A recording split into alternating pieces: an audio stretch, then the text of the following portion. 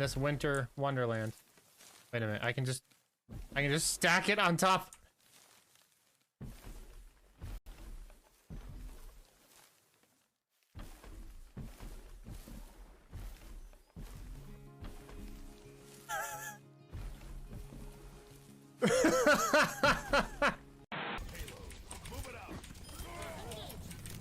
Tracer behind us, Tracer behind you, soldier.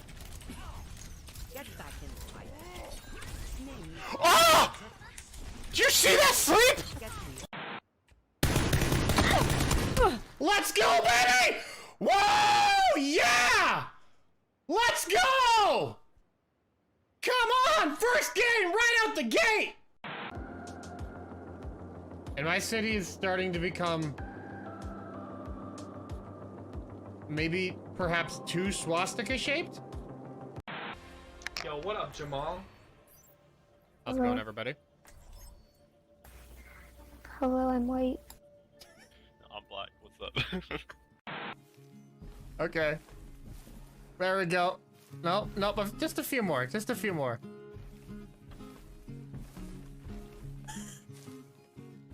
This almost there. Almost there. Bunch of whiners.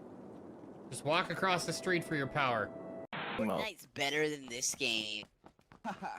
Fortnite's so much better than... Could on future streams you lower the bitrate? Nah. The king does not bend to the will of the peasants. Wah! Reed, save my sandwich. No. Protect your own sandwich. Castle rules, baby. This will be an affront to God. Well, hey, buddy! There's that porn star you were looking for!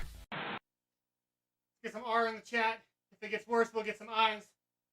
And then, when I die, finish it off with a P.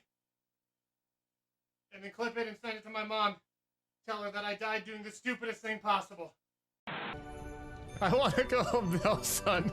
This is our life now. This is what we do. This is who we are. We're slave people now.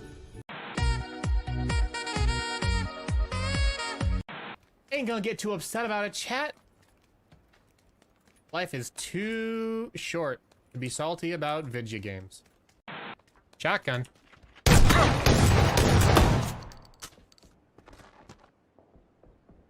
What?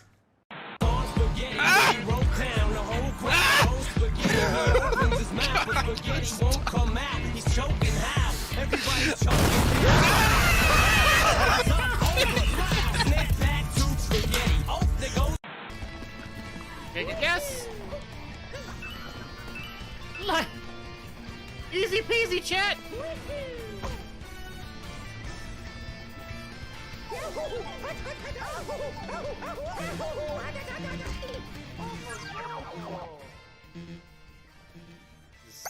Just hush up about that.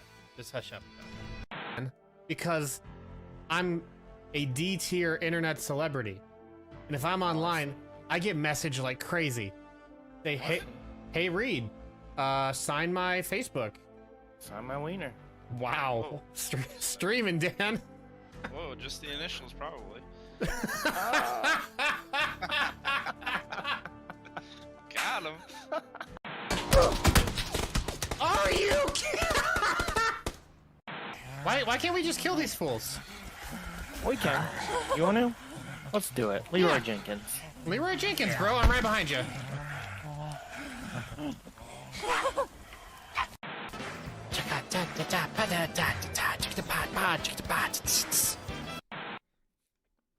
Hello.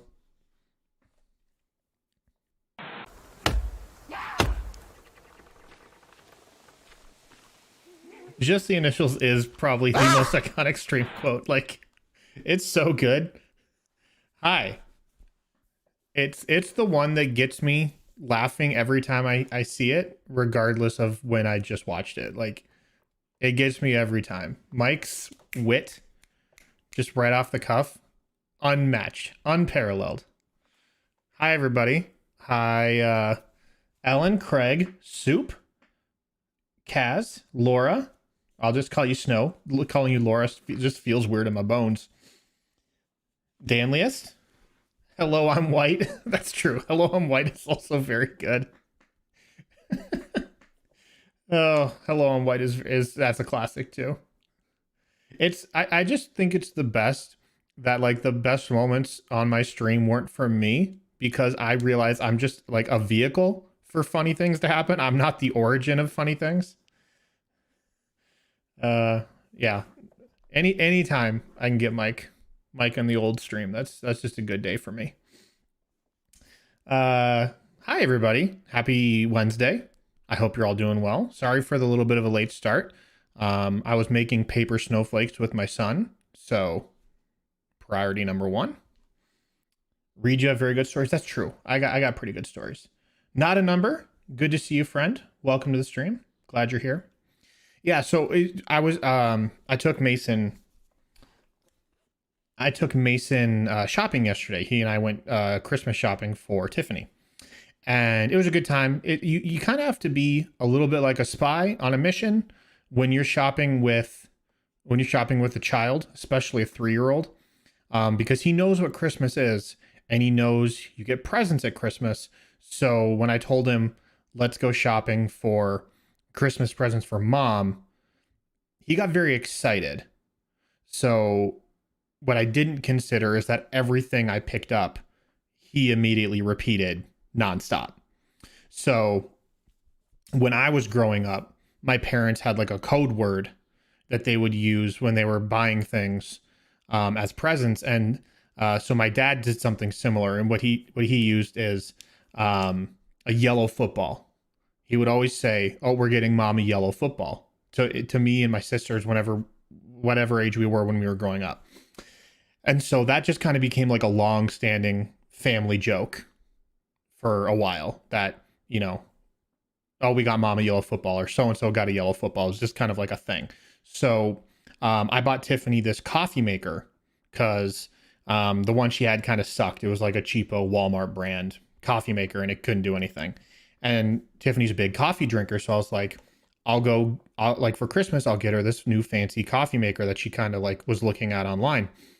And so I went to Bed Bath and Beyond with my son, and we walked, like I'm carting him through, and I carted him into like the kitchen appliance section. They've got like, you know, coffee makers and mixers and juicers and blenders and all these things. And I'm looking at their selection because there's like 3 I know I'm looking at, but I didn't know which one had all the features that Tiffany wanted. So I'm kind of examining them. And Mason the whole time is just being like, get mom coffee maker, get mom coffee maker, get mom coffee maker. And I was like, yeah, buddy. Like, we're working on it. And so I found the one that I was gonna get her. And I like put it in the cart, and he just would not stop saying, get mom a coffee maker. And then it dawned on me, like, I can't buy this right now. Like, if I buy this right now, he is 1,000,000% going to scream, get mom a coffee maker when we get home in front of Tiffany. So what I had to do is I put it back on the shelf and I said, no, I don't think we're going to get mom a coffee maker. We're going to get mom a yellow football. He goes, yellow football? I said, yellow football. She's going to love it. And then for the rest of the night, he said, get mom yellow football, get mom yellow football, get mom yellow football. And that, like, I was able to like divert the ship, you know, avoid the iceberg kind of thing. And then what I did is I found that coffee maker at Best Buy on a Black Friday deal. And I did like curbside pickup. So they just put it right in the trunk, easy peasy, never had to see it. The real kicker comes from the fact that literally like 2 days later, Tiffany's coffee maker, her crappy Walmart brand, broke. Like literally stopped doing the only thing it's designed to do, which is dispense hot water through a funnel. And so Tiffany was like, oh, I'll just like, you know, I'll go get a coffee maker, you know, whatever, get me by. And then I did the math in my head real quick. I was like, if she goes 30 days of just like buying some random Starbucks-esque like commercial coffee once a day, she's going to be spending more in those 30 days than I did on this fancy coffee maker. So I was like, I walked out to my car, got the coffee maker, and I like plopped it down on the island. I was like, Merry Christmas. It's like, I'm not going to let you go out and spend $40 fruitlessly when I have your gift in the trunk.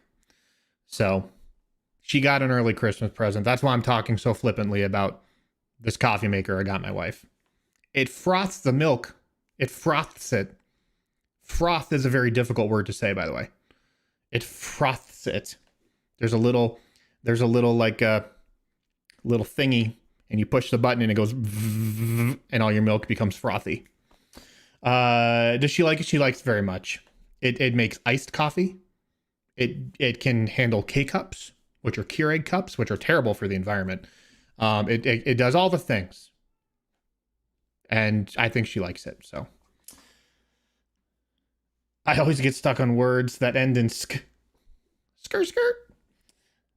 Like tasks. Oh yeah, I get that one. Yeah, just saying it out loud, I get it. Yeah. So that's I don't know. I don't know why I told that story, but here we are. Mom and Dad let Tamarat pick out his choice of presents for us at like 5. Yeah, that was my first. Like, Tiffany and I each took Mason out to a Christmas shop with the other person. Oh, I remember why I was telling that story. So yeah, Tiff and I both took Mason out to Christmas shop for them with Mason, so Mason could pick out something for the other person. Yeah, that was very fun. Anyways, the reason why I told that story about the yellow football is because Mason and I went shopping for Tiffany on yesterday. And we had a very good time, and I was able to kind of like formulate how to buy things for Tiffany with him there so that he wouldn't just spill the beans on everything. And so at the end of our shopping, we went out to eat. And so we were driving around town, and he saw a Wendy's sign that he thought was a sign for Freddy's. And if you don't have a Freddy's in your area, let me tell you, it's like it's almost like a throwback to the diner style restaurant. Like the interior is very like, it's not like meant to replicate an old school diner, but it kind of has that motif. There's old school pictures of Mr. Freddy all over the restaurant of him like in the war or the first restaurant he opened. It just kind of has that throwback vibe. Their whole thing is like custard and steak burger, like smashed steak burgers and all sorts of stuff like that. But it's delicious. But what he always gets there is grilled cheese. So we drove past a Wendy's, which has a similar sign to Freddy's. And he said, grilled cheese. I want grilled cheese. And I was like, grilled cheese? You're like, what? Like, I just don't like, what prompted that? And then I made the connection. So we went to this place, Freddy's. I got him a grilled cheese, got myself a burger. It was delicious. And on the window next to us, like, there's a window facing outside, and on the window next to our booth were these paper snowflakes. And he just was enamored by them. He said, snowflake, snowflake, snowflake. I said, yeah, buddy, they're paper snowflakes. Have you and Mom ever made a paper snowflake? He goes, no, I've never made a paper snowflake. I go, dude, we have to make paper snowflakes. How can you have Christmas without making paper snowflakes? It's unheard of. It makes no sense. So we got home yesterday, and I honestly kind of forgot about it, and he didn't bring it up.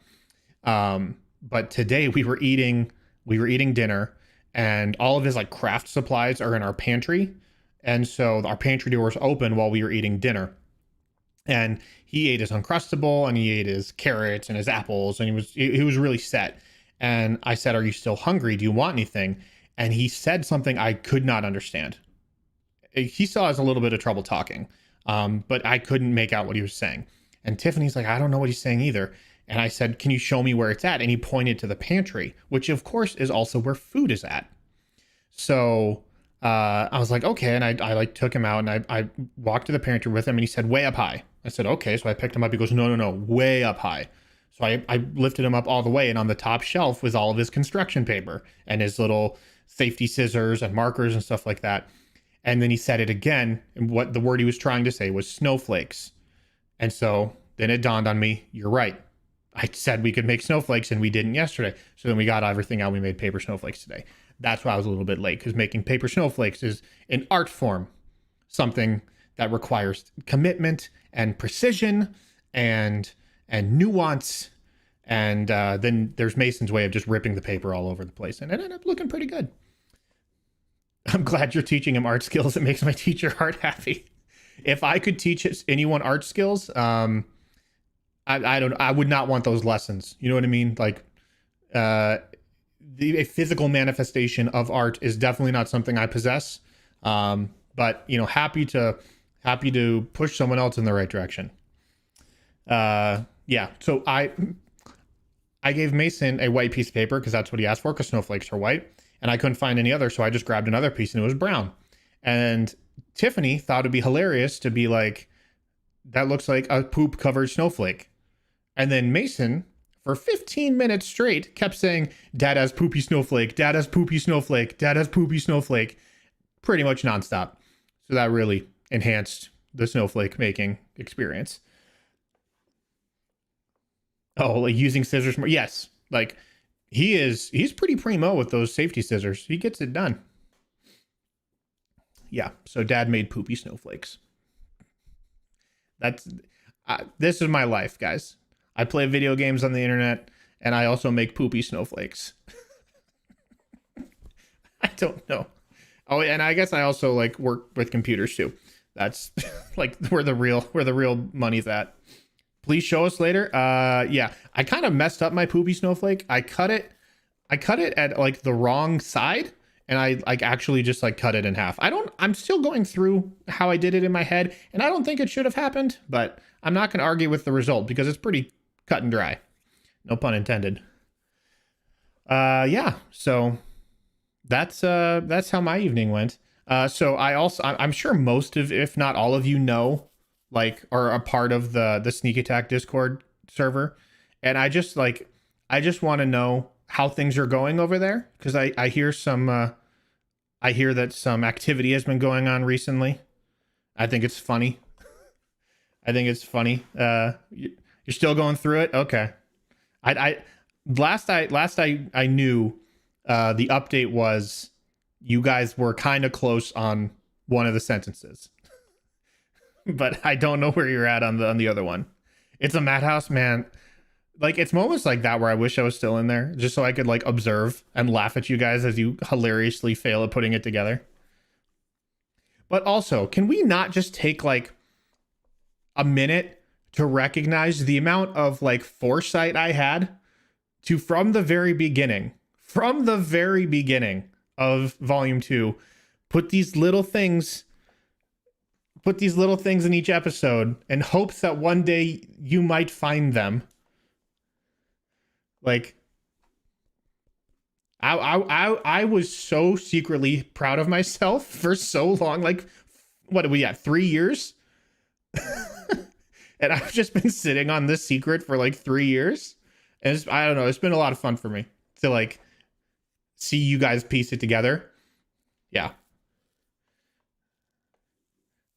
I should just make a fake account and jump in. Okay. Also, I have done that a few times. Like, I've definitely a few times made a fake account and jumped into the Sneak Attack Discord just to see what's going on, and then I'll just like peace out immediately. I also have a repetitive stress injury from copying and pasting binary into a translator. What, 46 binary translations doesn't really get the old crank turning. I don't know if anyone would have ever found it if you hadn't nudged us. I mean, clearly not. Clearly not. It's been, I mean, like, literally, what, 2 years, 3 years? I don't know what, like, when Volume 2 got started. I feel like it was like January of 19, right? So it's almost 3 years that has been out there, and no one's found anything. So it just popped in my head the other day. I was like, I wonder if, like, did I ever tell them or show them or anything like that? I also had to download every single episode of my computer individually from Libsyn. Really? It should just be in the file. Like you can download it from like anywhere. Like iTunes, you can download it. I wonder how heavily you would have been pushing the stuff as hidden in every episode if it continued in. I mean, numerous times, like at least, I would say at least 5 or 6 times, like during the live streams and stuff like that, would say there are clues hidden in every episode. In every episode. I mean, like, I don't know how much more clear I could make it. Like, emphasis on in. Yeah, I mean, like, I clearly didn't go in, wink, wink, every episode. I said, there are clues in every episode. You said words, so we definitely misinterpreted. I know. I mean, that's part of the fun of it. Yeah, where are these verbal italics? I'm so excited to see all the action on the server again. Good. I'm glad. I'm glad that you all are having a good time with it. I'm pretty sure I backed them all up on a public Google Drive. Yeah, I know Craig is like, he's the master archiver with all the sneak attack stuff. Because, not to burst anyone's bubble, but the website's going away eventually. Like, pretty soon, I would say. There's at this point no reason to keep the site active. And it's just like an excessive cost for me for the hosting and domain renewal. So that'll go away probably before the end of the year. Don't italicize your words, just tilt your head and talk, Kappa. I'm trying to blame Reed for my Minecraft injury. You have a Minecraft injury? I didn't see the Minecraft part. I'm not on the server and I haven't listened to Sneak for a while, but someone give me a rundown on what's going on. Are we still keeping Lisbon? Yeah. I'll keep the episode hosting active because I don't host the episodes on sneakattack or sneakpodcast.com. They're all hosted on Libsyn and I'm still actively paying for that. I've played a lot of Minecraft. I mean, yeah, haven't we all? I thought the site was gone long ago until I checked a few months. Yeah, it's still out there. It's honestly just one of those things that's been like out of mind, like out of sight, out of mind for me. Until like I got hit with the domain renewal. I just went, wait, I don't need this no more. Oh, you guys are on a new server? Rip my Kansas City Chiefs house. Yeah, so thank you, Danley, for getting me back on track. Cash, effectively what I did, I put an ARG inside the episodes of Sneak Attack, just for like goofs to see if anyone would ever pick it up. And what eventually happened, like no one did, so I had to kind of like scoot them along. But what I did is I had binary code embedded as the lyrics for every episode of Volume 2, and every binary code translates into a single word in text, and that text, when rearranged, will form a sentence which gives some insight into the overall story of Volume 2. Big new train generation drops, so we started from scratch. Oh, nice. I did see it was like a big thing. I did see that there was a big new thing. I feel like there's been pretty heavy updates with Minecraft fairly like recently. Like every couple months there's like something pretty substantial coming out, which is great for a game that's like 12 years old. I love that they're so committed to that, but I'm just surprised. The first thing I checked was the metadata, but it was like some advanced. Oh yeah. Like there's all the metadata is there, but it's like depending on. I think it's dependent on the service you download it from. We'll embed it with different, with different tags. Can our reward for figuring out the sentences be having the full third sentence? That's an interesting proposition. I do also at some point just want to tell you what I had planned for the graphic novel, because I'm very proud of it. But at the same time, like, I don't just want to. Hey Jade, I don't know if you're a bot who who mistyped in my chat and are trying to link to some scammy website, but welcome if you're not, and GTFO if you are.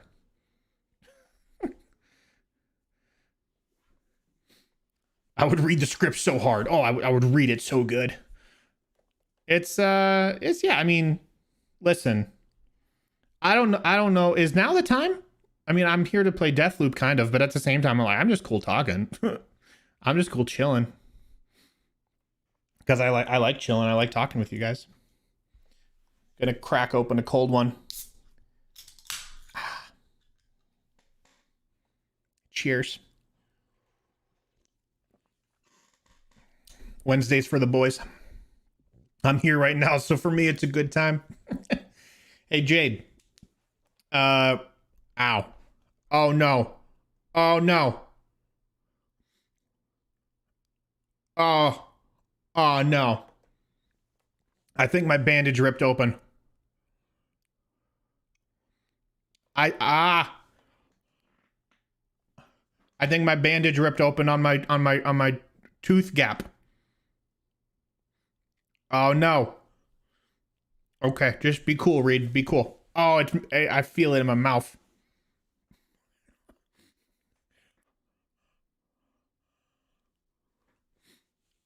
Ugh. What a time for that to happen. Excuses to drop the story. Yeah, I'm gonna run to the restroom, and I'm gonna check and make sure everything's fine. I'm just gonna check and make sure the bandage is in place. Because that has to stay in until like the 22nd. So if it's like flapping in the breeze, then I might have to do something else. But just give me like 30 seconds. I'm gonna go look in the mirror.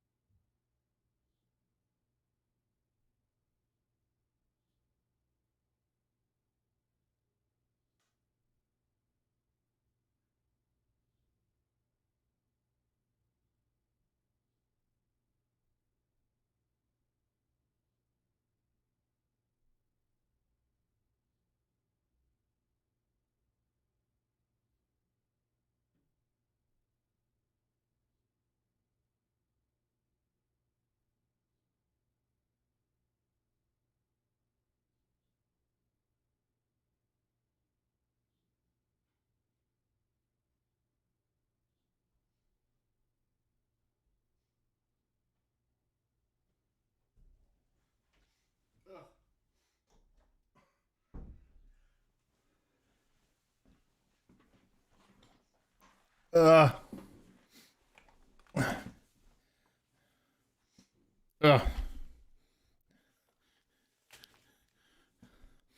Oh man. It wasn't the bandage.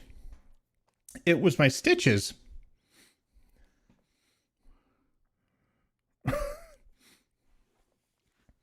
like a big piece of stitching just like flopped out. And like I looked at it and I was just like I couldn't tell what it was. It was just kind of like sticking out. And then I like tried to move it and like I just ripped out a big piece, but it was still half in, half out. I was like, "Oh no."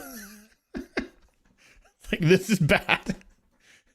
And then it kept like flopping around in my mouth. Please, no one just clip that moment.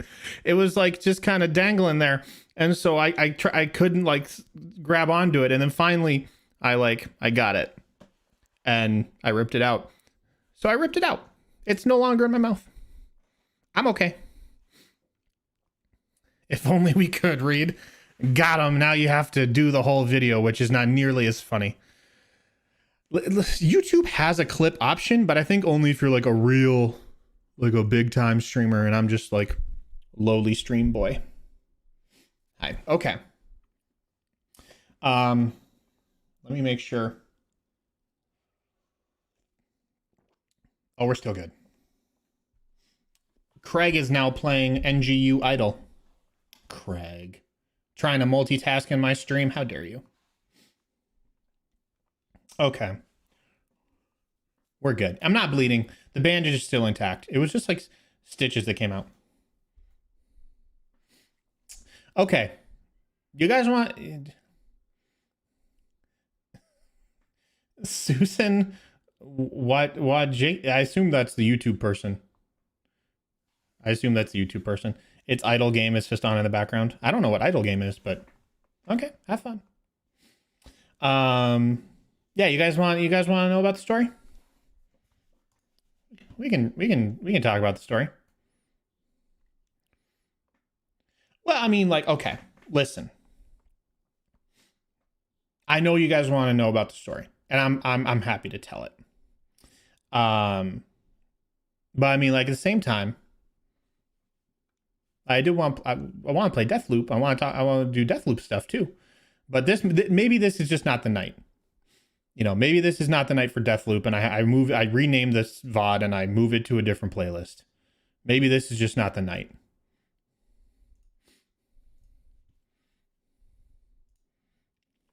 Let me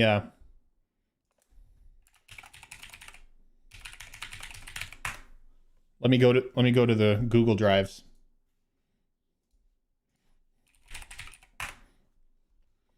Yeah, we can talk about it. It's been a good while. It makes me happy to talk about sneak attack stuff because it's been a very long time. Okay, let me open a document. Oh yeah, here's my document with all of the sentences arranged correctly. I opened that one today just to see how close you guys were getting. And so it's on my like recently viewed. Again, for season 2, you guys are very close. I do want to point that out. Bravo on being very close. Just email over an invite to that drive. Yeah, fire away. Let me see here. Oh boy, I have a lot of stuff in my creative folder. What's up, Jason? How are you, friend?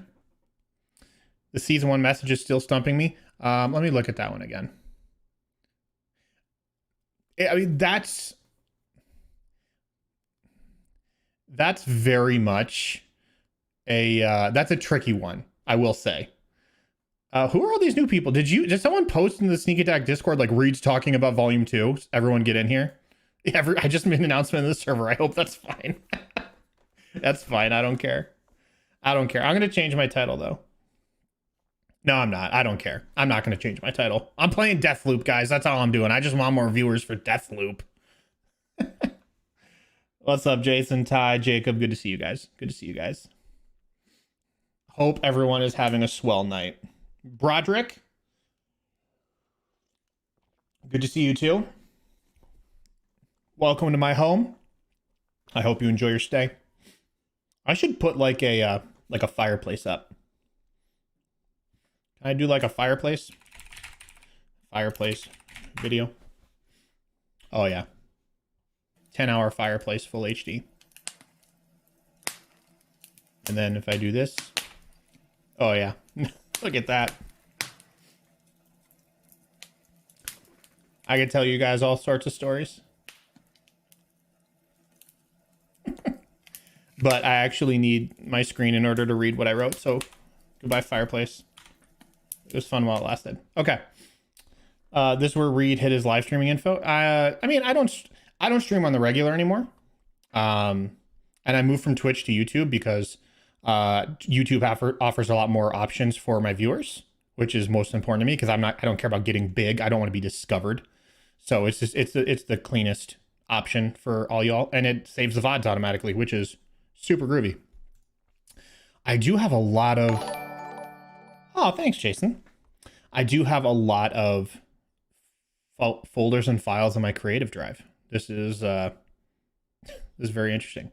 Okay. Let me find, what is this? Oh, that's Danny's character episode. It's just called EC, and I didn't know why it was called that.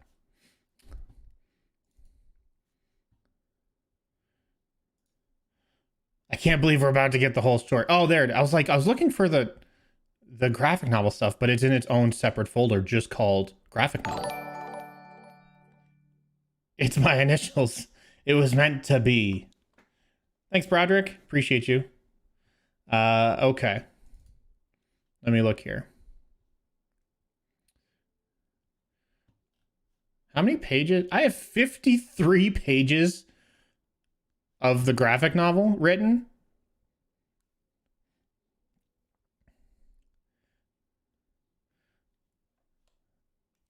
That's 53?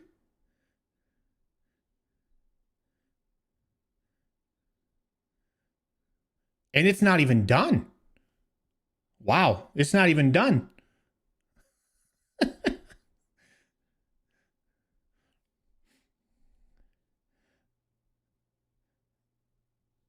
Do I leave to avoid spoilers? Because I'm only like halfway through volume 2. Dude, at this point, it's more on you than on me.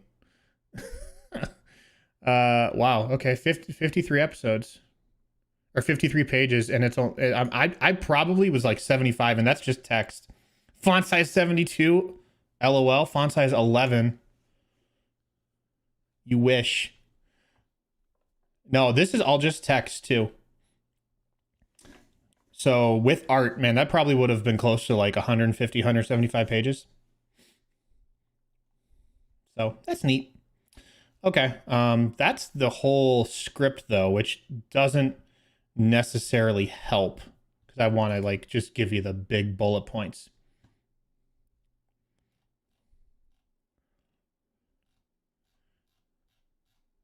Oh yeah, now we're cooking.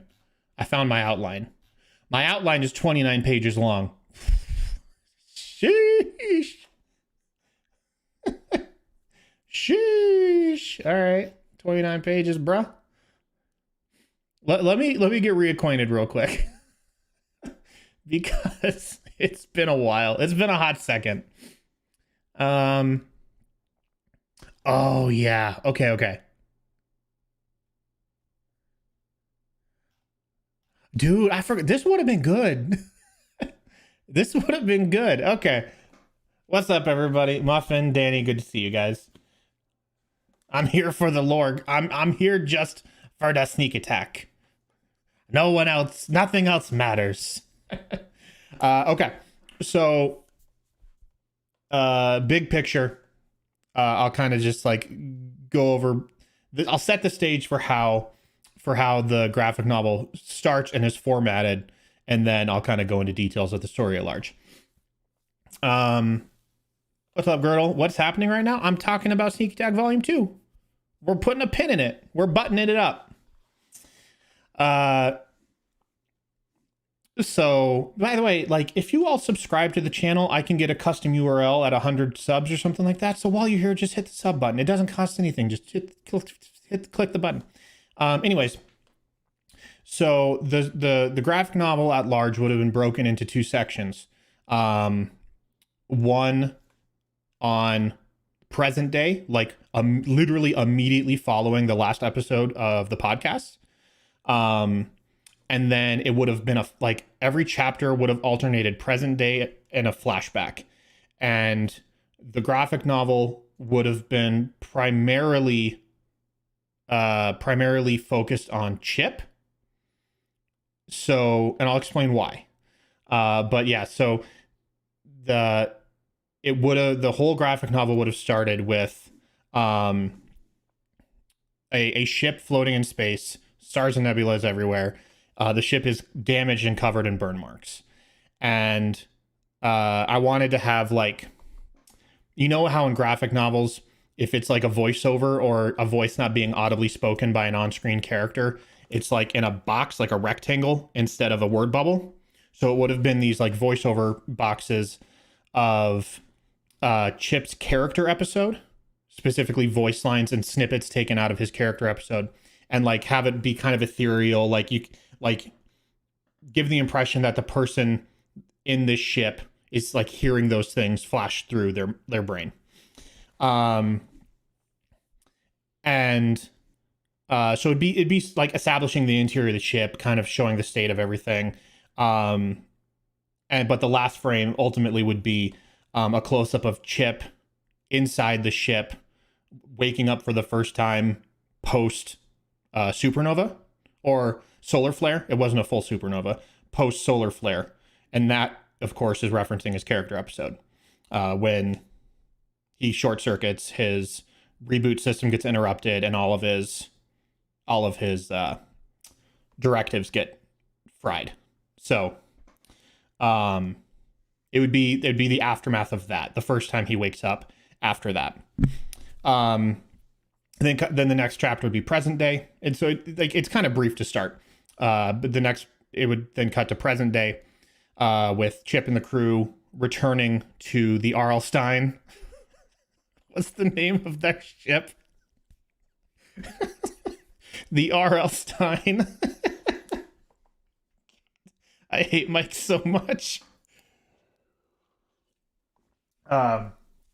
So they'd be returning to the Arlstein after that kind of botched mission on wherever they were, where Josh decided to be the worst version of a D&D player I've ever seen in my life. And then it would kind of result in the aftermath of that. So let me see here. The crew moves through crowded ship. You kind of get to see the interior of the Arlstein, and you get to see some faces in the crowd of people who we met on Vox Tour, and all of the people who have since joined his crew along the way. Because remember, before it was just like the four of them, but when they left Vox Tour, a large portion of the city left with them. So we kind of get to see who those people are and what roles they've taken on since joining the crew, and we get to see how big this new ship is, because remember, it's a new ship to accommodate all these new crew members, and it's just a larger ship in general. So Martha, if you remember, is Chip's friend from Vox Tour. She looks like she wants to get Chip's attention, but keeps it to herself. After reading that, it's very clear that the returning crew is unhappy. They're very upset. And so before I'm just going to kind of read it out. Before T escapes to her quarters, Chip pulls her aside and asks her to run a diagnostic on Kanye, because remember, one of the last things that happened was Braxton McClaris. Holy crap, this is going back. Braxton McClaris gave Chip back his Kanye module because he no longer needed it. Of course, Chip's worried about that it might be a trap. T expresses she's concerned about Lucky, because obviously Lucky was like super messed up by the end of those episodes. Okay, listen. We're not gonna find out about Braxton. There were decisions I had to make when telling a linear, when I give players the freedom to do everything, I create much more lore and much more possibilities. But when I had to like focus in on one singular subject, Braxton unfortunately did not make the cut. But I could tell you about Braxton. He's a perfectly fine individual. So anyways, Chip goes to his quarters, sits on his bed. He looks like he's carrying like a heavy burden at this point. And so we get to see like things around Chip's, like the captain's quarters. It's like you look into the closet, we see a bunch of Hawaiian shirts. There's like a rolled up yoga mat propped up. There's like a stack of crossword puzzles and a number 2 pencil on his nightstand. And he opens the drawer and pulls out a folded shipping manifest from his last delivery with Alice. Remember, Alice was his ship VI back on his old ship when he was still making deliveries. And as he's looking at the manifest, hears a knock on the door. Does Chip ever finish the crosswords? The most important questions. He folds paper back up, puts it in his drawer, and Martha's standing there with a tablet in her hand. And she shows Chip a signal that the R.L. Stein picked up from a deep space transmission, not knowing any, not matching any known broadcast protocols or packet header standards. I get to use a little bit of IT lingo in there with packet headers. So upon hearing that and like seeing the signals, like waveform, Chip recognizes the signal as belonging to Ely. You guys remember Ely? Anyone remember Ely? ILI, like Ely Find Me? I super remember Ely. Yeah, okay. Yeah, it's IL-1. You are correct. Intergalactic Life Form 1, I think, or Lifeline 1. One of the two. So anyways, Chip leaves with Martha. They walk towards the bridge. Ethan is taunting Biscuit. Do you guys know Biscuit? Did I talk to you about Biscuit? I might not have. He's a new character. He's a tiny little ardent. He's very upset. Oh yeah, he called him Trisket. That's right. So he's like taunting Biscuit, and Chip gets everyone gathered and gives a very poor speech about their mission and how he's disappointed in everyone. He goes like disappointed dad on everybody, and he's like, "Listen, we came here to this planet. Everyone sucked. We failed our mission. We're getting out of here." That's pretty much the gist of it. But he decides that they're going to go see Ely, but the last time they went to Ely, it led to the Chancellor and freeing his mind, and so he's hesitant at first. He definitely explains his hesitance, and just wants to let everyone know, like, be on guard, because who knows what's going to happen here. And so everyone gets set, then they FTL jump towards Ely. That's the end of the chapter. It cuts back to a flashback. This is inside the Riven, which is the ship that Chip flew for his family. Chip awakens for the first time in over 200 years. He was adrift aimlessly for 200 years. He walks over to many of the systems only to find that they're malfunctioning or not working altogether. The windows of the Riven are frosted over due to failing climate control systems. And after pacing the cabin, he wanders back to the cargo bay where his demeanor changes dramatically. He, of course, remembers what happened, being like back in the cargo bay. And he sees all these crates and boxes and stuff sitting there, deliveries that never got made. And he realizes in that moment that he has like unfinished business. There is the only connection he has to his family. He doesn't even know how much time has passed, I don't think. But he realized that the only connection he has to his family and his old life is now packed up in these boxes waiting to be delivered.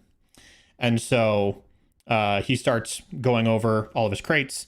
He let me see. Yeah. So he grabs a clipboard with instructions, and he sees all the family names, all the parties involved. So remember, he worked for Patton Farms. That's family. The pilot is Chip, T-88 Mark 1. That's Chip. And his assistant was Alice. Alice stands for Automated Launch Initiate and Celestial Escort.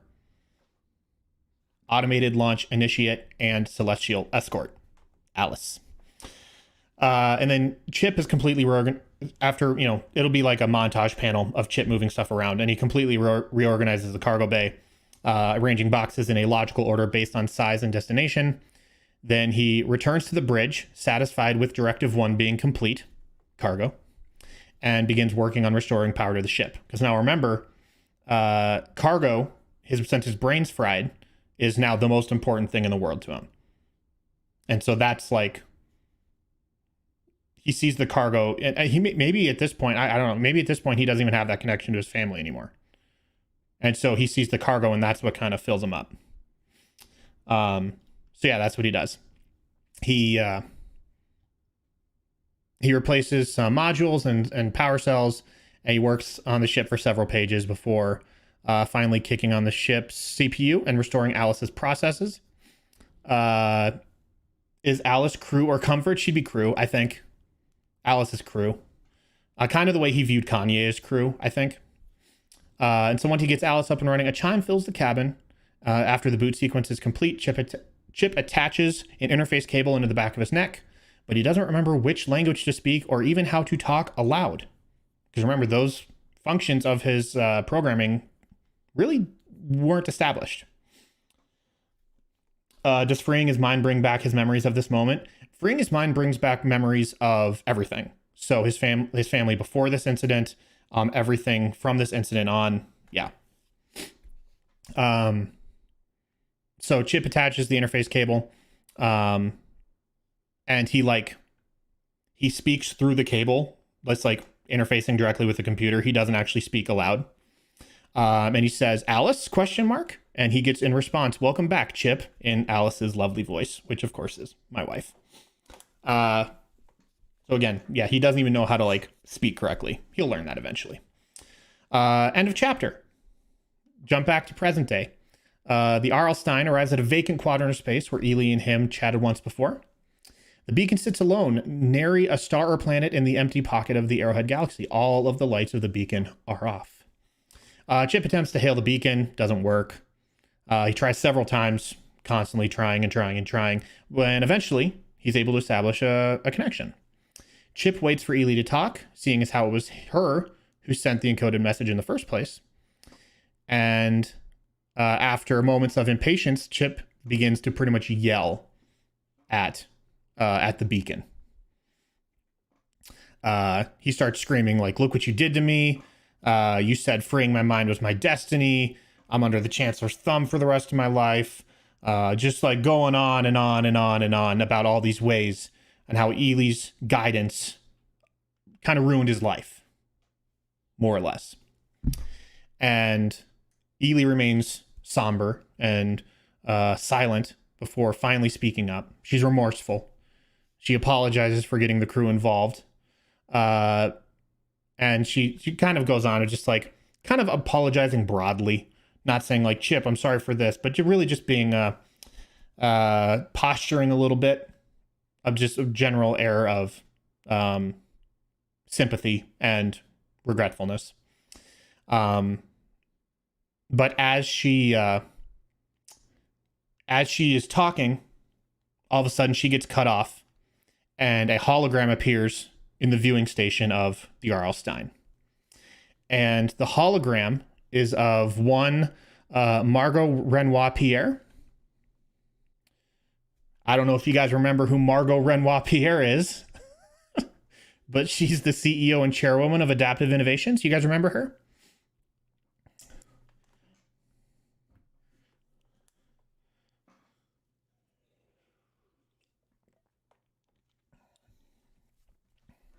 She's not episode 1. She's pretty OG though, but she was definitely season 1. My tooth. So anyways, she shows up. Says, "Hey, Chip." Also, this wouldn't have happened nearly as quickly if we could play it out in the podcast. A lot of this would have been spread out over several episodes. But I just kind of was no, we're going to get right to the meat of it. So Margot Renoir Pierre, she's the CEO of Adaptive Innovations, and she begins to monologue a little bit about falling into their trap, how they knew the crew couldn't be trusted, and because remember, she sent her company sent Chip out to handle that other group with Nova. I forget what group what they called themselves. It's been a hot second. But Adaptive Innovation sent them out to the Hive Mind. No, that's Braxton. Braxton's the Hive Mind. The Collective. Thank you. So Adaptive Innovation sent them out to deal with the Collective because they said they were dealing with AI technologies. But then they got there, realized the situation wasn't right quite as it seemed. And they ultimately did not do what they were tasked to do by Adaptive Innovations. That led Adaptive Innovations to hire mercenaries to go out and kill our four heroes, which of course led them to crash landing on Vox Tour, where we ended up had season 2. Anyways, so Margot Renoir Pierre continues just kind of like monologuing a little bit, but then she says something like, "This time things will be different." She kind of keeps hinting at this kind of ominous sort of future that she's clearly planning on. Then she explains to him that what next can be avoided if they turn themselves in, and Chip restores his inhibition chip. You guys remember that? The inhibition chip got modified, so all of his directives were released and his memory was restored. So she's giving him a chance. Said, "Turn yourselves in. We'll take care of this."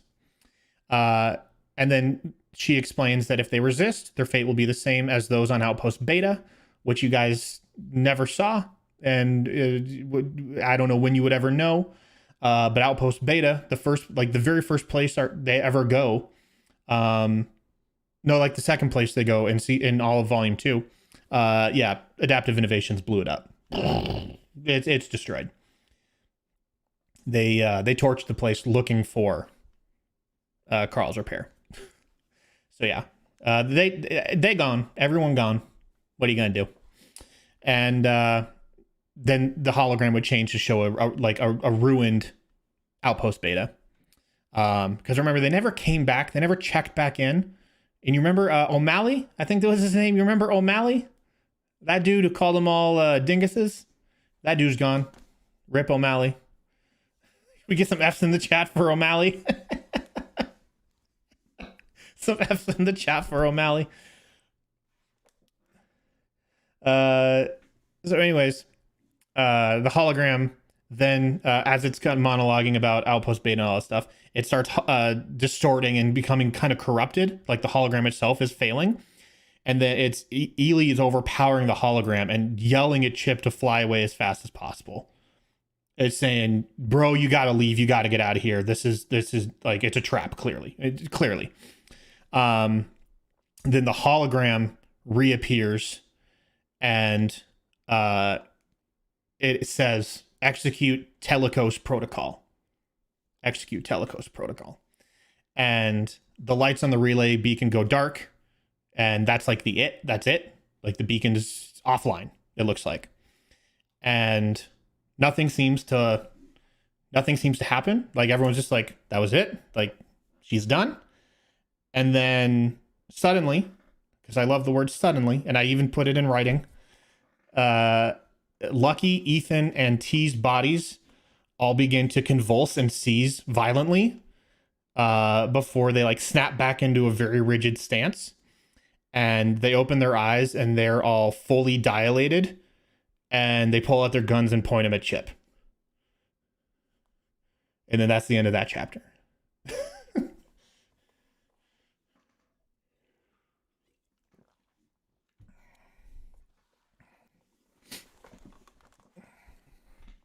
So, continuing. Is that because they had augments? Big thinking, bro. Yeah. We'll get to that, though. And also, but you gotta remember, Chip had his inhibition chip removed. So he's not in control by Adaptive Innovations anymore. You remember? So what's funny is the one person in their crew who would be like the most susceptible to this sort of command is actually now the only person who's not susceptible to it. Yeah, Lucky got. I mean, and that was all part of this plan, by the way.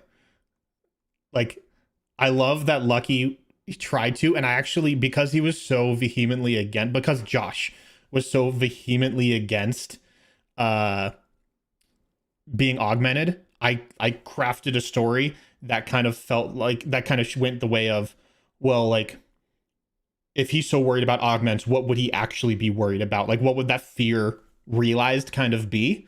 And that's what turned into this. So, yeah.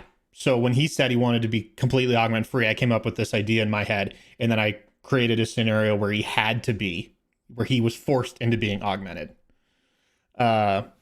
And it's not just augments, mind you. There's a specific thing called a neural interface, which allows for like your eye stuff to work.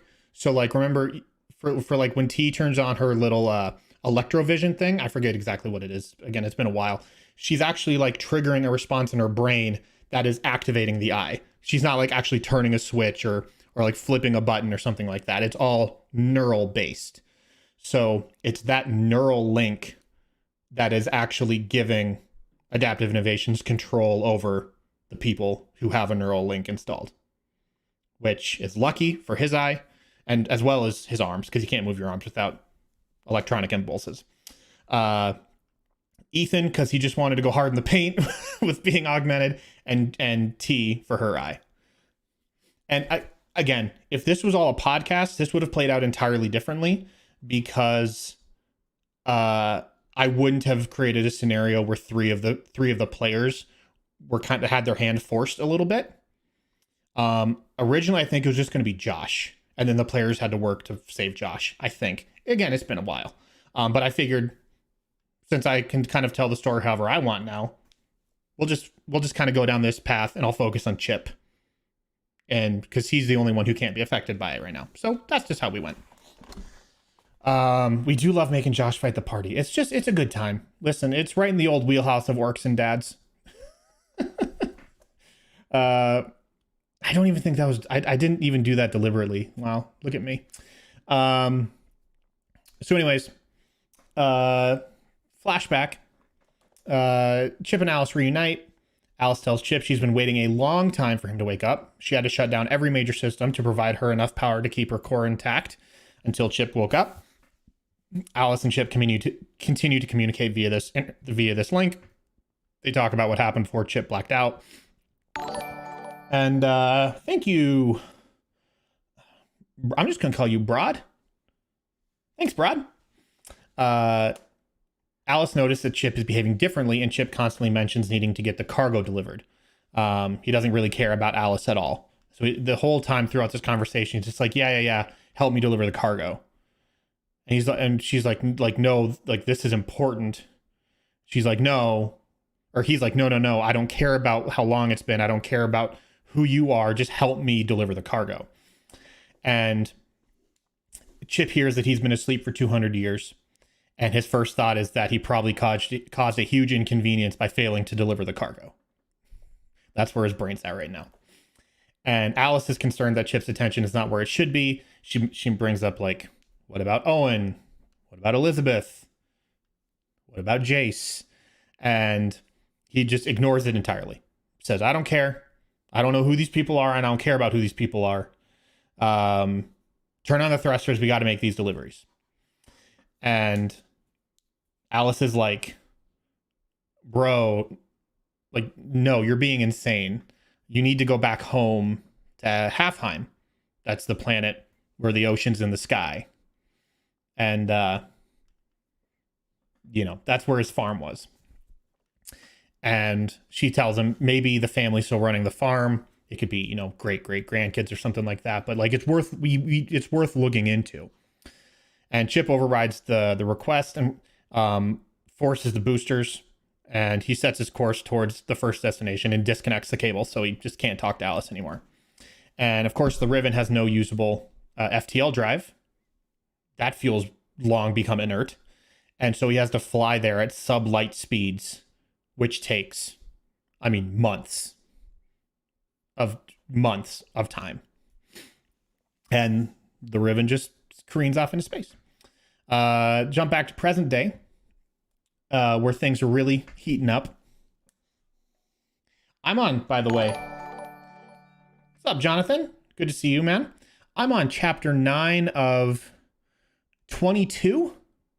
Wait, did I say 9? I think I'm in chapter 6. Yeah, I'm on chapter 6 of 22.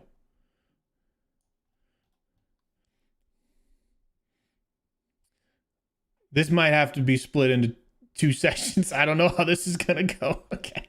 All right. Let's keep rolling here. So Chip reasonably freaks out at everyone turning on him, and then all of the people affected by this neural forced takeover. They say in unison, like, eradication is inevitable. The cycle must be stopped. This time will be different, which again is repeating what Ely said, or what the hologram said before. This time will be different. So Chip dives behind a seat, blaster fire rips through the cabin. Pew, pew, pew, pew, pew. He just reaches up with his hand and throws the thruster forward, and everyone just goes tumbling through the ship. No one was strapped in, so everyone's just flying like crazy. Crewmates are bouncing around the cabin. Screams can be heard all around the ship. No one was prepared for the jump. After a few moments, Chip reaches back up and pulls back on the throttle and looks around, and everyone's like, that's got to be referring to whatever happened for the blood of the universe to be on the Three's hands. I don't know what you're talking about. So anyways, Ethan releases thruster. He looks around real quick and he sees his 3 friends' bodies just crumpled. And he kicks away their guns, and he uses his zero gravity gauntlet, his coolest, most underused tool in his arsenal. He locks them in place, and he picks them up and takes them to the cargo hold, which is now empty, of course. And he locks them in there. He tells Martha to strip them of their ship privileges so they can't unlock anything. He pretty much just like fired them. Just like, I mean, that's probably grounds for termination. And then as he's doing that, you can hear more gunfire throughout the ship. Because, of course, the people impacted by the neural link, the neural I forget what it's called, but the thing that you have to have for the augments to work. It's not limited to the 3 of them. Of course, there are probably dozens of more people on the ship that have them installed too. And so they're starting to light people up. Pew, pew, pew, pew, pew. Finger guns. And everyone starts scattering like a zombie movie all of a sudden. And you see you about to have killed half the crew. I mean, kind of. How not to DM? What's up, bro? Good to see you, man. Anyways, yeah, this time would be different. Don't worry about it. So there'll be several panels of the crew fighting back against those that have been infected. Blah, blah, blah. The mess is kind of cleaned up. But then once all that's done, everyone kind of gathers in the cafeteria and they talk about kind of like what to do next. It's like a small contingency of the ship's crew remains. But among the survivors are Rito, who I'm failing to remember at the moment, Biscuit, Martha, and Omar. They're all there. They survived. They've got plot armor. And then it really just becomes like a long exposition about what could have caused this. Why was it important to restore his code? Omar says without the code, Adaptive Innovations has no remote access to his protocols or directives. Newer bionics have this hard-coded to their CPUs, whereas Chip was just software-based. Again, I get to like lean into the IT side of things a bit, which I enjoy. Other people are saying like, yeah, but that doesn't explain how they took over organic creatures when Biscuit, the most, irrational and erratic of all of them, he kind of gets the ball rolling. He kind of like scratches his head. He's like, we've been doing it to ourselves, man. He's like the schizophrenic kind of freaking out guy. And then Chip kind of connects the dots and realizes that adaptive innovation augments, they've been selling en masse to anyone who wants them for, decades, which has really then just been an entry point for them to create an army of zombies. Pretty much, they can do whatever they want. They can execute their will en masse. Put on the tinfoil hat. It's usually the ones wearing the tinfoil hat that have some sort of like grander picture. So, anyways, the group is somber. They realize that billions, maybe trillions, of citizens are now affected by the worst intrusion in recorded history. Martha and Chip, they have kind of a heart-to-heart. An AI is run by an AI. Okay, listen. Margot Renoir Pierre, backwards is just program. Margot, M-A-R-G-O, and then you initialize the R and the P. It's literally just program spelled backwards.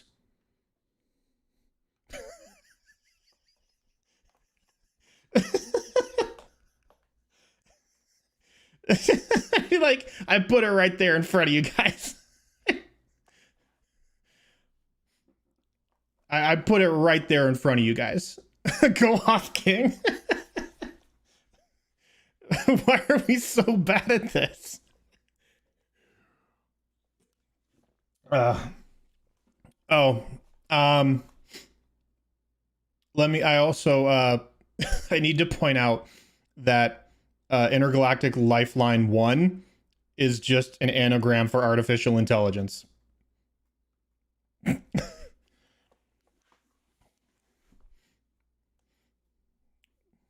If you jumble the letters, it's literally just artificial intelligence. We were too busy talking about the Mishi slug. I forgot about the Mishi slug. Oh, that's so good. I forgot about the Mishi slug. The toupee eel. Guys, this volume 2 was a good time. If only my players cared about it at all. We haven't gotten to the Mishi slug. The Mishi slug is great. I mean, just lean into the Mishi slug. Okay. Whew. I got a bail for the night, but stays on YouTube. No, this will all be in the VOD, man. Appreciate you swinging by, Ty. Have a good one, man. Anyways, Martha and Chip keep talking. They recommend like building a Faraday cage around the cargo bay to block signals from entering or leaving.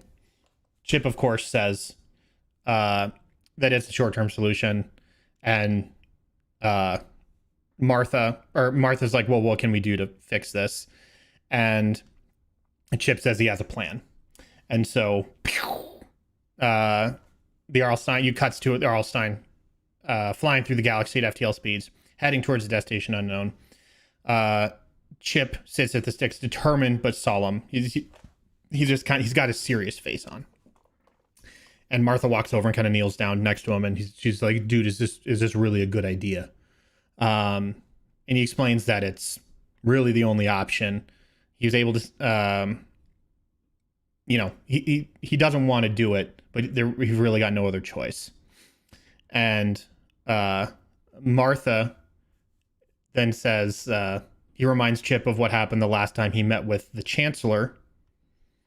And Chip like glances over his shoulder, and it cuts to a wide of him at the sticks looking at all of the empty cabin chairs, like all of the empty chairs in the bridge.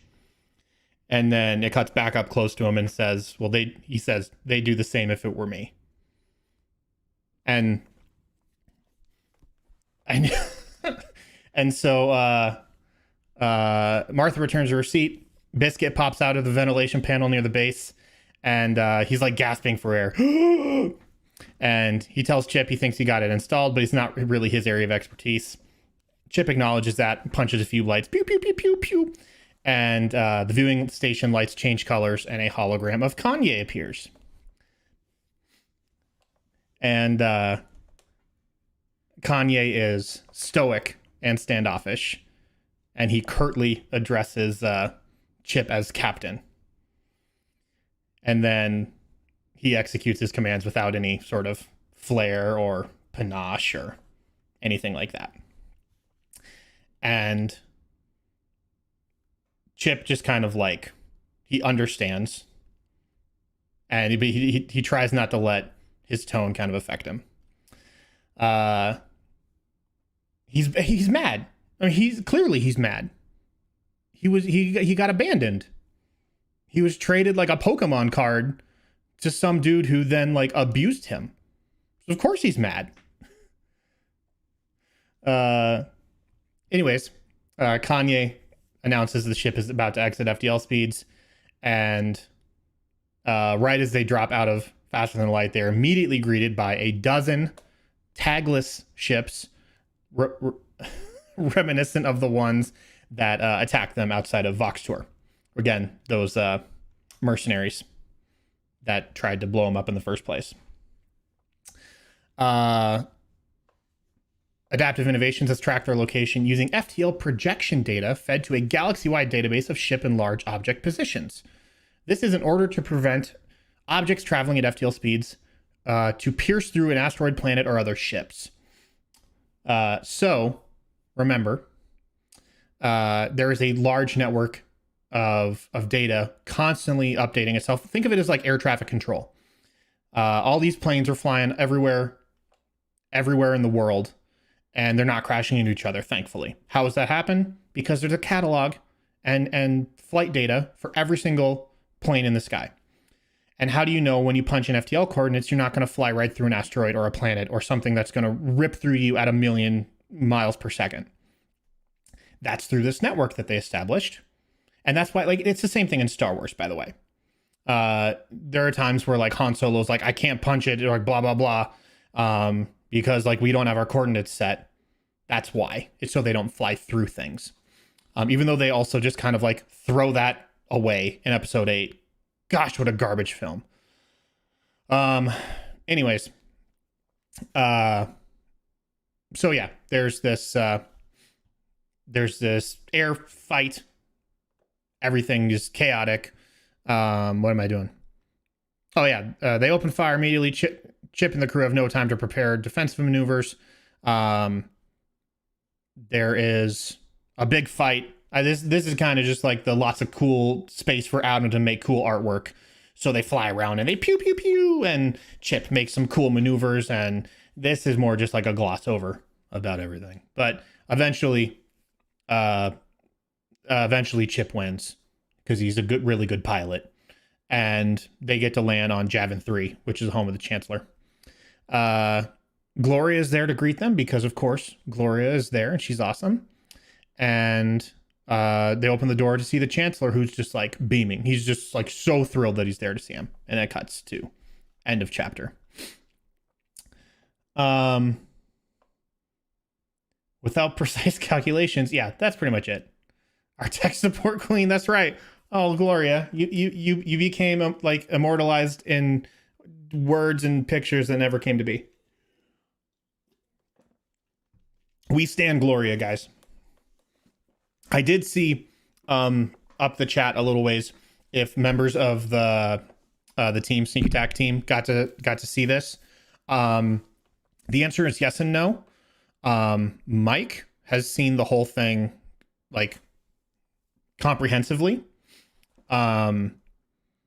Danny was given a full rundown by me in person, and Josh and Kelsey got like a condensed version of the story. Mike got the full comprehensive view because he was intimately involved in the graphic novel project, as well as Adam Kovar. He knew about everything as well, but I had him sign NDAs. Anyways, where are we here?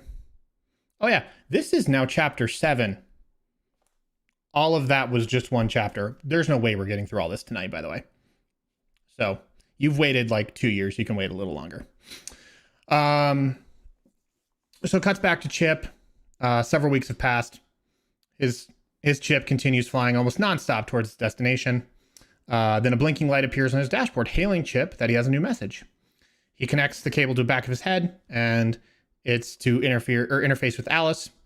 Alice is unhappy because she feels responsible for what happened to Chip, and now she is miserable because she did everything she could for 200 years to keep him alive, and now he won't even say one word to her. What a turn of events for poor Alice here. You make it sound like it's a bad thing. It's only chapter 7. I mean, I'm just communicating that this is lengthy, and I don't know how interesting it is just to hear me ramble. Again, this was all supposed to be presented in a visual medium, which would be much more appealing to the eye than me. So, anyways, yeah, Alice is mad. Alice is mad. You get it. Chip reminds Alice that cargo comes first. Of course. The crew comes second. If Alice wants to talk about the situation, they can do so once the deliveries have been completed. Read your very appealing. You could do a podcast. I could turn this into a podcast. Gosh, this would be so much better with in long form media form. Anyways, Alice remains pensive until she detects another ship nearby. Another ship. She begs Chip to flag it down and ask for assistance. Chip refuses, of course, but finally obliges when Alice convinces him that the cargo is fine, but the crew is suffering. And comfort is non-existent as the ship is barely limping along. So she points out to him that he's failing 2 of his 3 directives. And that by stopping, he might actually be able to achieve all of his directives simultaneously, which I think he's able to rationalize and reconcile. Like, that is actually important. So Chip flags down the vehicle and begins a conversation with the pilot. And it's the space equivalent of a cowboy, if I can like make that comparison. He has an old duster cowboy hat, a low silky southern drawl. No, this is like a real cowboy, not whatever fake concoction Ethan is cooked up.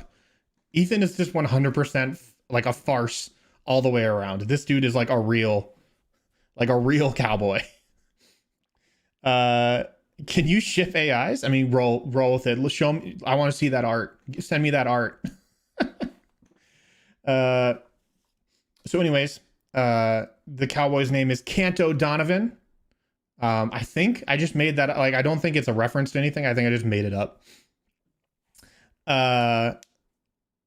And he's traveling through this sector hunting a beast known as a phase blight. Cowboy Bebop, let's go. Should I watch that, by the way? There's a live action version on Netflix. I literally almost started watching it, but then I was like, not today. You're not going to get me, anime. So, I'm not going to cross the line.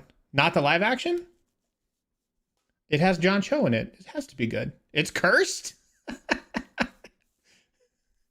Read this. This is Therese. Do not watch Cowboy Bebop live action. Hi, Therese. I'm very sad that I saw your bro Damerons pop up, and I just didn't ask questions. I was like, cool, it's someone new, but it's Therese. Hi, Therese. I like the anime. Didn't watch live action. Didn't hear good things. Okay, that's fine. That's fine. Listen, I didn't actually want to, like, it wasn't on the top of my list of like, I definitely want to check this out. I really want to check it out as a meme to see if it was at all any good, because I refuse to watch anime, and I think it'd be funny if like a live action version I thought was good and you all think is trash, and apparently I was right. So anyways, has there ever been a good live action anime adaptation? I saw The Ghost in the Shell with Scarlett Johansson, and that movie sucked a lot. I don't want you to ruin anime for yourself, even though you don't like it. Anyways, we're getting off topic. Let's get back to business here. So anyways, he's hunting down this beast known as a phase blight. So a phase blights are, and this is like new lore. I didn't want to introduce a ton of new lore at the graphic novel, because it didn't seem like that was the time to like add a whole bunch of elements to the story. It really just, the graphic novel felt like the point to just like distill all the important facts that have already been established and then really just like hone in on that finish line, laser focused on that finish line. But phase blights are bipedal creatures, incredibly strong, and they've got these like prismatic fractals all around them. They just like follow them around, and kind of protruding from their arms, kind of in the back, are these like they're like scythe. Like think like who's that like Caesar evolution? I'm pretty sure he's got like arm swords. Yeah, I don't know. But so these got like their bones that stick out. They like stick out of his arm, and they're super sharp. But anyways, Scyther. Yeah, Scyther. Kind of like that. So Kanto, he set up all these traps around throughout this nebula that they're in, or that they're nearby, and they contain pheromones to attract the phase blights. And Chip, laser focused 28 chapters later. Listen, this whole story would have been like 3 more seasons, like 66 more episodes if I got to do it that way. So let's be real, 150 pages is pretty distilled. Kanto Region Man has a Pokemon. That's where I got it. All right. It's all coming together. All the pieces are starting to fall into place.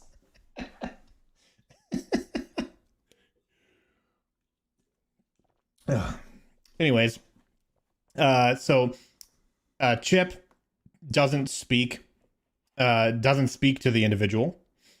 He doesn't know how to use verbal skills. But after a few seconds of Kanto talking, Chip began speaking as well, kind of like imitating the man's mannerisms and the way he speaks, which, by the way, is the reason why he talks like a cowboy when we meet him at the beginning of Volume 2. The first person he meets is a cowboy.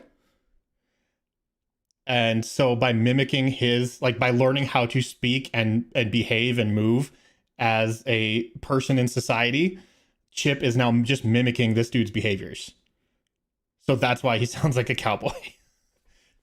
I forgot that I put this in there, and I'm just like remembering it now, and it's making me laugh. So like I forgot I was like, why did I make him a cowboy again?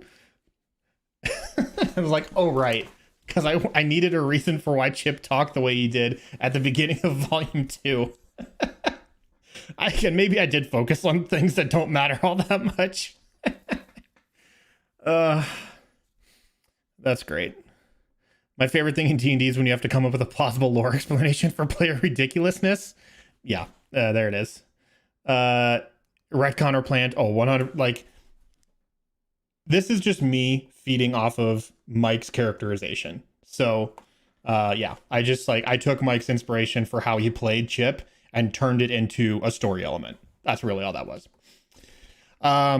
So Kanto discovers that the Riven is more or less dead in the water, and he begins bringing Chip supplies and things to kind of get the ship back in working order. They talk for a bit, and eventually Kanto's able to... He's a good dude. He's just an old school cowboy type. He wants to help people.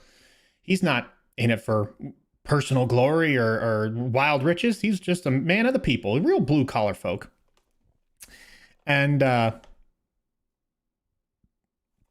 anyways, so as he's talking, as he does this, Kanto tells Chip he's the best phase blight hunter in the galaxy. And when they walk into Kanto's ship to like get supplies, it's decorated like an old den, like a den you would see in like an old estate with lots of wood finishes, like a fake fireplace, and the heads of like these super exotic animals mounted as trophies on the wall. And while they're talking, they're having this conversation. Outside one of the portholes, one of the windows, you see this puff of smoke. And the phase blight made its presence known. And in quick succession, all these traps start snapping shut. And only like smoke, the mist of a smoke and a shimmer of light remain. And Kanto explains that the beasts have gotten smart. Then they trip sensors in random sequences in order to deny the hunter from like predicting where it'll go, because obviously phase blights, they teleport, They are do not take up like a corporeal form, or is it ethereal form? Corporeal form, I think, is what it is. And so you kind of have to like trick them into appearing. And anyways, so he also explains that phase blights cannot survive for long periods of time outside of space, as oxygen is toxic to them. So once the beast is trapped, the chamber fills with oxygen and effectively suffocates them. So they're like reverse organic beings. Quantum beasts. Perfect. I feel like quantum, just like, if you need a sci-fi explanation, they're just quantum. Just don't worry about it. Nanotech. So the last trap goes off, and Kanto gets an indication on his comms device that the creature is still trapped inside. And of course, he's losing his mind at this point. He's like, holy crap, like, I got one. This is incredible. And so the two of them, they make their way towards, don't call it Mass Effect, dude. Heavily inspired by Mass Effect, but it's my own thing, bro. So enthusiastically, Kanto and Chip, they make their way towards the creature. Kanto opens the pod to discover a severed finger from the phase blight. He like holds it up. He like holds it up to his eye curiously, and he's like, it just doesn't make any sense to him. He's like, how the heck is it just a finger? And then the beast then like manifests, he appears behind Kanto and gives him the old back slice. He severed his own finger and tossed it in the trap just to lure Kanto to the site, and then went all Scyther on him. So and then as Kanto's body kind of floats away aimlessly, the phase blight like moves in front of Chip and looks him like square in the face before he just quantum teleports and disappears again. So Chip then like flies over to check on Kanto, he's already gone. And as he like as he positions him and starts like the severed finger is probably the middle one, got him. As he starts like investigating or just like positioning the body to prepare it to bring it back to the ship, like these images start flashing in his head. Jace, Patton family, Rufus, solar flare, like all these things just like in quick succession just flash through his mind, and he like falls back against the trap and like has a panic attack pretty much. And he just like sits there for a while. And that's where that chapter ends. Okay. Yeah. Chip is just not living his best life right now. Let's be real. In the past, he's having trauma experiences. In the present, he's having traumatic experiences. He's just not having a good time. Chapter 8. So Chip and the Chancellor sit in a great banquet hall in his home on Javin 3. They're the only ones in the room. And so the Chancellor, he does this whole grandstanding, Jeff Goldblum impression. Tries to make small talk and appear to be more blue collar than he obviously is. When Chip finally interrupts him and says, listen, like, you know what's going on. You know why I'm here. Like, you have to help.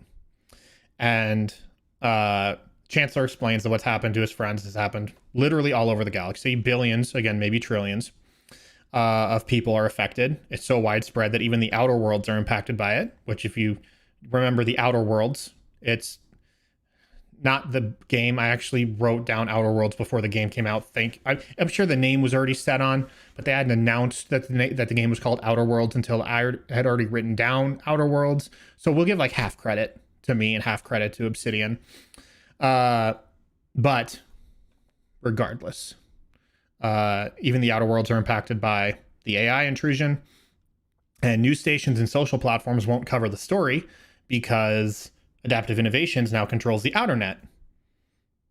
And they also control news networks, every relay beacon in the Union space. It's all being routed through Adaptive Innovations internal network. So they literally control the news and how that news is disseminated out to individuals.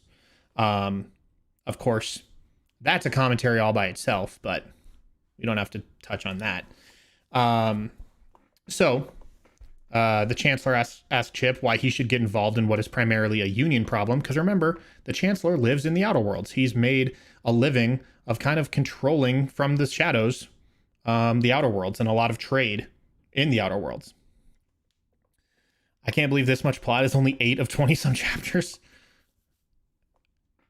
I'm glossing through a lot of stuff. It would feel a lot more established and nuanced across all the pages of the book. But it's also very difficult, by the way, like, because you have to be very specific with a graphic novel.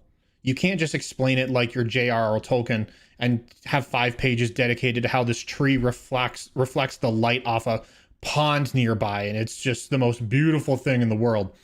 Like, you really got to let the artwork speak for itself in a lot of ways. So while I'm explaining a lot, probably like what's actually communicated on page would look wildly different, just because you have to like let the artwork do all the talking, and you really only fill in text just as little as needed.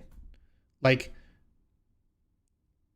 yeah, it's really tricky, and it's certainly like a balancing act. You don't want to lean too heavy one way or the other. So I think, man, like the demo pages we had, like I think they just like nailed it. I think they were just perfect in their tone and appearance and be able to communicate information visually instead of through text. So guys, it would have been really good. I'm just saying. So anyways, Chancellor explains it's mostly a Union problem. Why on earth does he care? And Chip reminds him that he's already involved in Union affairs, citing his influence on Dawson and his mysterious relationship with Braxton. That's from the podcast. You guys remember that? Remember when we almost simmed for demo page Ethan for a bit? I don't actually know what you're referencing, and I feel like I should. So the Chancellor gets very serious at this point. Chancellor's like, total tonal change. Chip's never seen him like this. And Chancellor's like, my business with the Union is my own. Don't forget that the only reason I agreed to help you in the first place is because I need your help getting those slugs into Tarian Union without it being tracked back to me. How long did it take to develop these super intricate pages? I wrote the outline in about a week. And then I was in the process of writing the full script with like art descriptions and text and like how they would overlap each other. I got 93 pages of that, and it wasn't even the whole thing. So that was like another 3 weeks. I put this together startlingly quickly. Like, once I started writing it, I almost like couldn't stop writing it. It just like, it really was fueling me to like put this down and like actually write out and establish how all this stuff goes. Because in the podcast, you don't want to overwrite it. Like, you want to let the players have more agency in your story than the DM does. So I really just set up scenarios and then kind of vibe off the players to figure out how to go next and what I do next. So for this, having the freedom just to be like, no, this is like my best version of the story.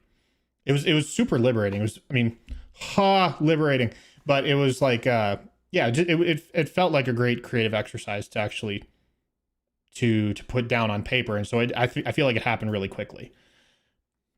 I mean, like working with design and art, what was the timeline? Oh gosh, that was probably more complicated than it should have been. Like, so the hardest part was working with Adam on the art. And what I don't mean is that he was a diva or like he was slow to turn in pages. I don't mean that at all. What I mean is he had so many other things on the table that getting the time for him to work on these pages, which he very much wanted to do. Like that was like the hardest part of the process. And then me and Mike worked together on the layout for the text and where all that would fit in. And then we sent it back to Adam so he could move things around to fit around the text. And then that's how those pages kind of were birthed. But yeah, like I had everything written down well before the Kickstarter ever went live, and then worked with Mike and Adam to figure out how it all fits together. It's a fun little puzzle.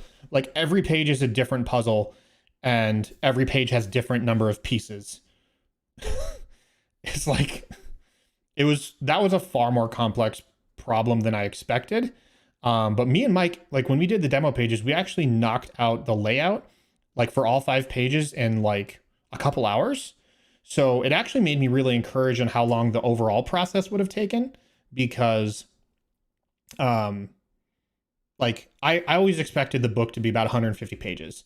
And so like if we can get 5 pages done in a day, I mean, even like obviously we don't quit our full-time jobs and we're just doing this after hours. Like if we can get 5 pages done in a day, like that's like I'll even like be safe and say it's like 2 months, and we can have all of the layout and stuff at least soft set, and then Adam can go through and work on the final nuance of like arranging everything, all the artwork to work in conjunction with the layout. And then like really again, the hardest and longest part of the process was Adam creating the art, because that is not something that you can get done in a couple hours in a day. Like, I mean, all of that year timeline we had set for the return on investment was like 9 months of that was devoted to Adam. So everything else was like manufacturing and finalizing and all that stuff. So yeah, Adam's very talented, stupid talented, but also very busy, and unfortunately bears the largest burden in the creation of a visual medium. It's just how the chips kind of fell. So anyways, back to the Mishi slugs. The Chancellor realizes he's letting his emotions get the best of him when talking about the slugs and everything like that. And he kind of takes a deep breath. And he says, "Your friends have nothing to offer me in exchange for this favor. Like, why should I help you? Like, I'm not a person to do favors without getting anything in return." So Chip reluctantly agrees to do something for the Chancellor if he can save his friends. And Chip asks the Chancellor asks Chip if he has ever heard of the Deluvian before. And did I ever hint at or reference the Deluvian at all? Like, did that ever come up in the podcast? I'm going to assume not. I don't think it did. Okay, cool. Not by name. Okay, that's kind of what I expected. Thanks for the details. Sorry for the no, dude, don't worry. I like all this stuff is things I want to talk about anyways. So, I'm just glad you're all here for it. I don't know, bro. How about not dying to him 11 AI? I think the Chancellor is more approaching this situation as like, I can probably like outlast whatever problem exists within the Terran Union. I can survive out here with how little the Outer Worlds were affected. Like, it would take a lot of effort to come after the Chancellor for very little reward. So, it was an academy? I don't think so. No, like, that's how it's spelled. That one guy in Outpost Beta asked T about it. Oh man, did I double dip with words again? Is this another Arlen Brampton situation? It's very possible.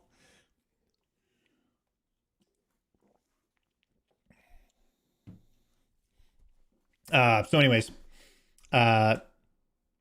the Chancellor asks if he's ever heard of the Deluvian. Chip says no. Chancellor explains that this civilization is not the first of its kind, or even the second. This is, in fact, the fourth such attempt at a functioning society, born from cosmic dust over tens of millions of years.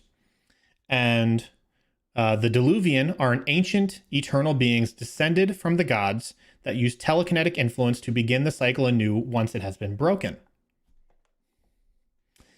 So he explains that adaptive scrambled word time. Yeah. So he explains that adaptive innovations is on the verge of breaking the cycle once more. And adaptive innovations has actually been around since the very first cycle. Captcha maze. Now you're putting it together.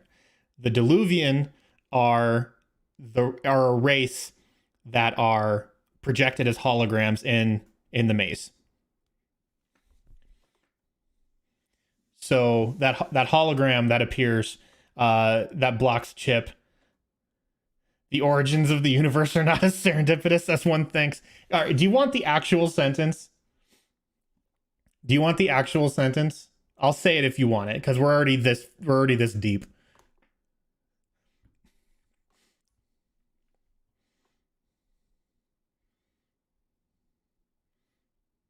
We want it. Okay. I want that one. Okay. So the season 2 sentence, and the reason why the season 1 sentence is harder is because it's actually 2 sentences. So you have to like put punctuation in there. Sorry about that. So season 2 is, despite the overwhelming feeling of serendipitous fortune, the origins of the universe are not nearly as original as one thinks they are.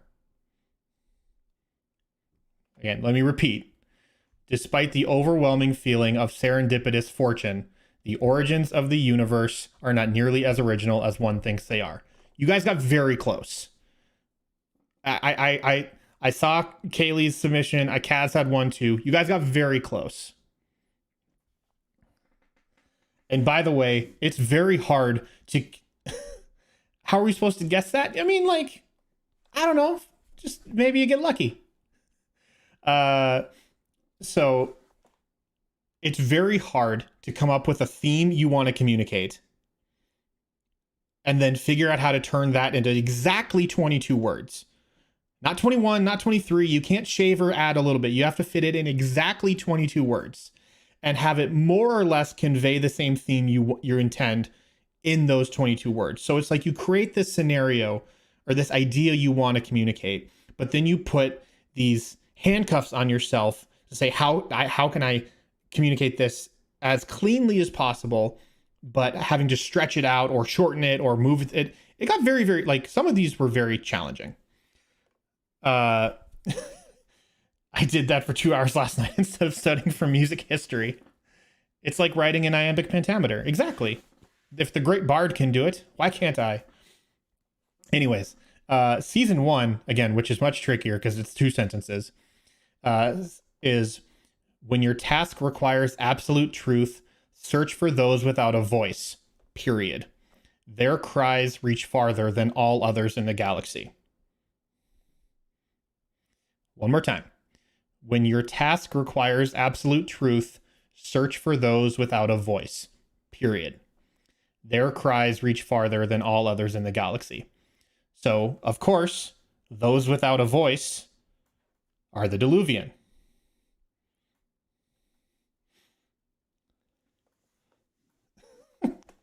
Ours are so wrong. I wish I could see what you guys came up with.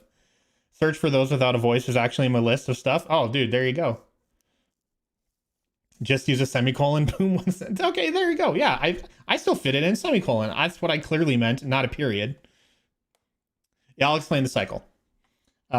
So when your task requires absolute truth, meaning when you're trying to understand the secrets of the galaxy, search for those without a voice. That's the Deluvian.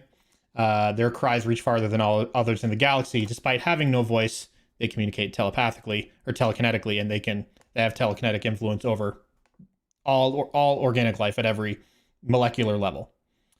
Can we give screenshots of the chat? I need another mark. We're going too deep. Fire up Margaritaville. Okay, where are we? I'll explain the cycle one more time. My thing was actually pretty close, but I never shared it. So of course, Craig's like, this is obviously garbage.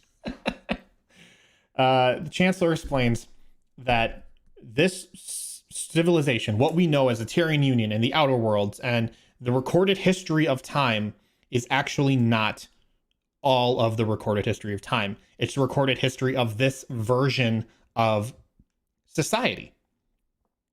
So there have been this version with Chip and Lucky and the other guys. They exist in the fourth attempt at civilization. And in that regard, it is similar to Mass Effect. So Danlius, you're pretty much in the ballpark in that regard. I definitely took influence there. But the Chancellor explains that this is attempt number 4, and that the Deluvian are descendants of the gods, the 3 gods. And they use telekinetic influence to start the cycle over once it's been broken. And so I've not played Mass Effect and know nothing about Mass Effect. Long story short, the Reapers in Mass Effect, they do like a galactic purge every once in a while because they're fun. Their motivations are slightly different, but they just are like, pew, pew, pew, blow everything up. So the Deluvian, ancient, eternal beings, descendants of the gods, big important deals. They're eternal.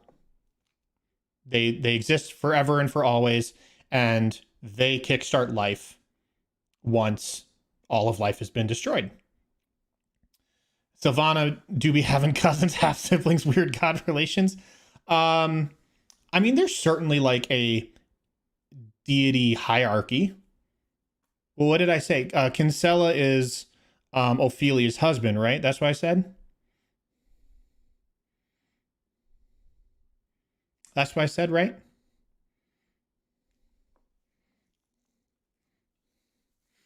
Yeah, so Sylvana did start her own civilization. Yeah, and like I'm not going to go there. It's fine. The Turellians are... yes. How does this play into the Turellians? This is... You're kind of reading my tea leaves a little bit, bud. Lore that would have been explained through Braxton's story would have unveiled that the Turellians actually predate this version of society. That the Turellians are actually from a previous attempt and have just kind of... because they're nomadic. They don't have a home world. And so they've kind of been chilling in their own little space floating society thing. And because they don't need another party to procreate. They are asexual. I think they're asexual. So they can just be like, all right, I had a kid. But also, like, they drift in space for so long, maybe they were escapees from a destroyed planet. Yeah, something like that. Like, I don't think they ever knew that society crumbled and, like, came back. They're just literally doing their own thing for millions of years. I think. Like, I'd have to check my notes. I wrote something down, but now we're just kind of vibing, and we just, I'm not going to worry too hard about the Turellians. But, yeah, asexual. Cool, that's what I thought. I didn't want to get that wrong. But then, they're very also scientifically driven. So they figured out how to survive in space for long periods of time, like So they of course develop like their own food supply and like fuel source and all these different things to keep them. What a good moment for my dad to walk in. Hi, Dad. Sorry, Dad. It's all above board, I promise. Yeah, so they are very scientifically driven, and one of the things that Braxton's dad did. Do you guys know about Braxton's dad?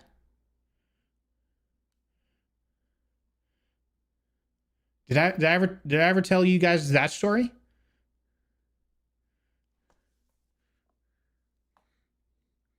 I didn't tell you that story, and I guess I'm saying his dad. It's their dad. Like there's no male female gender for Terrellians, and I actually made a very important like conscious decision to always refer to Terrellians as they them in the podcast. Like I really tried hard to like always identify them as they them, because yeah, they don't have a gender. So anywho, I can probably find it somewhere. Long story short is Braxton's dad was a scientist who was really into bees. Like one of the things he studied was like space bees or whatever. And as part, I think he was like working on like genetic reproduction with bees. And as part of his research, and I'm glossing over the wrong parts, and I apologize. But as part of his research and study into the reproductive process within bees, he experiments with like crossbreeding species. Yeah, hive mind. You guys are putting the pieces together. Yeah. So, as what he ended up doing was testing this theory that he came up with on himself. And so he worked out this model that said, if I can crossbreed these two species and make a new species, is that possible within the Terrellian race? And so he was kind of the I think I explained it in the Terrellian episode a little bit, but he was kind of at the forefront of this genetic modification experiment. And like the OG Terrellians are like, heck no, you cannot do this. This is an affront to whatever god they worship. And a large contingent of the Terrellians were like, no, this is clearly the next step in our evolutionary process. Like, we've been this singular sort of being, because they're all almost like genetically identical. And so like this other group were like, no, this is clearly the next evolution, because we are all pretty much the same person, like at a core fundamental genetic level. And so anyways, there was kind of a fracturing. The Terrellian Council decided anyone that wanted to like participate in this, they got booted off the ship. And anyways, yeah, I don't mention the bees because that's very specific to Braxton's dad, but yeah, that's like the general hierarchy of it all. And so it was revealed, obviously through this process, that Braxton's dad tried it on himself, by mixing his DNA with Brax's DNA, and Braxton was born from that. And so Braxton and their dad got booted off at some backwater planet that they just happened to be drifting by, like the closest planet they were in distance to, and they got kicked off. And there's more to that story, but yeah, that's kind of like Braxton's deal. Is he got kicked off the only thing he knew, which was a spaceship armada. And oh yeah, because that feeds into his whole thing with Dawson, is he found out that Dawson is the most like biologically inhabitable planet for Turellians. And so what he wanted to do is fulfill like take his father's dream to the next level and give any outcast Turellians a home, or like a place to call home. So finally, the Turellians would have a home world after all these years of being nomadic, all these millennia of being nomadic. He would finally give these outcast Turellians a place to call home because they've never had that before. And so when he released the Mishi slug, so he needed Kanye in order to do extensive what's the word I'm looking for? Do extensive simulation testing on every known planet in the galaxy to find a planet that was inhabitable enough for the Turellian species. So that's why he needed Kanye. But Kanye is I mean, he's an AI. Like, let's be real. And there wasn't a computer or a system or a program powerful enough to do those sort of calculations manually. And so he needed an AI to be able to sort and parse all that data as quickly and as efficiently as possible, and build these kind of models and databases organically instead of having to do it all kind of by hand. So yeah, that's why he needed access to Kanye. So through that testing, through those models that he simulated, he found that Dawson, named after Len Dawson, the iconic Hall of Fame Kansas City Chiefs quarterback that won them the 1969 Super Bowl. So after they realized that Dawson was the most suitable planet for a Turellian future homeworld, and then they needed a Mishi slug to unleash into the ecosystem and completely demolish the environment there. They needed to pretty much nuke it biologically, because Mishi slugs they multiply really fast and they consume everything. They consume everything. So that's why they were doing tests in the basement of that one place. They're putting different plants in the little case that the Mishi slug was in, and sometimes it wouldn't respond to them at all. And then they found the plants that it does respond to, and it just voraciously ate them. And so they were testing different ecological results to make sure that the Mishi slug would actually thrive in a population like Dawson, a ecologically an ecology on Dawson. So when they confirmed that, yes, holy crap, the Mishi slug does devour these things in the blink of an eye, they're like, all right, go do your work.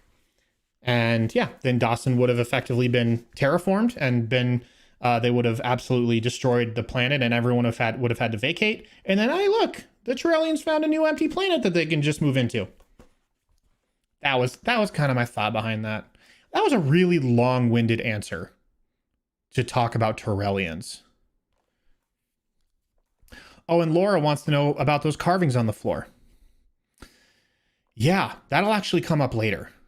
But they are connected to the Deluvian, and they are connected to ancient ruins and pre or early cycle civilizations. So good job at that.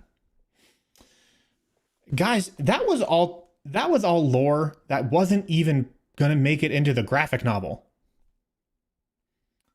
We want to know about the arm thing. Oh, right. Let me find him.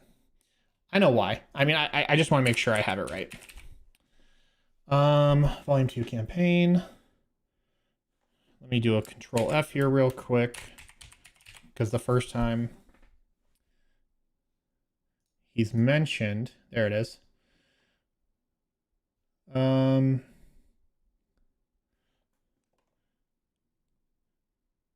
It's the captcha squiggles. It is not the captcha squiggles. Who is this we? I'm just here to ask about who was Secret Echoes. All right, hold on. Okay. One of its arms is completely mechanical due to an accident at childhood. Oh yeah.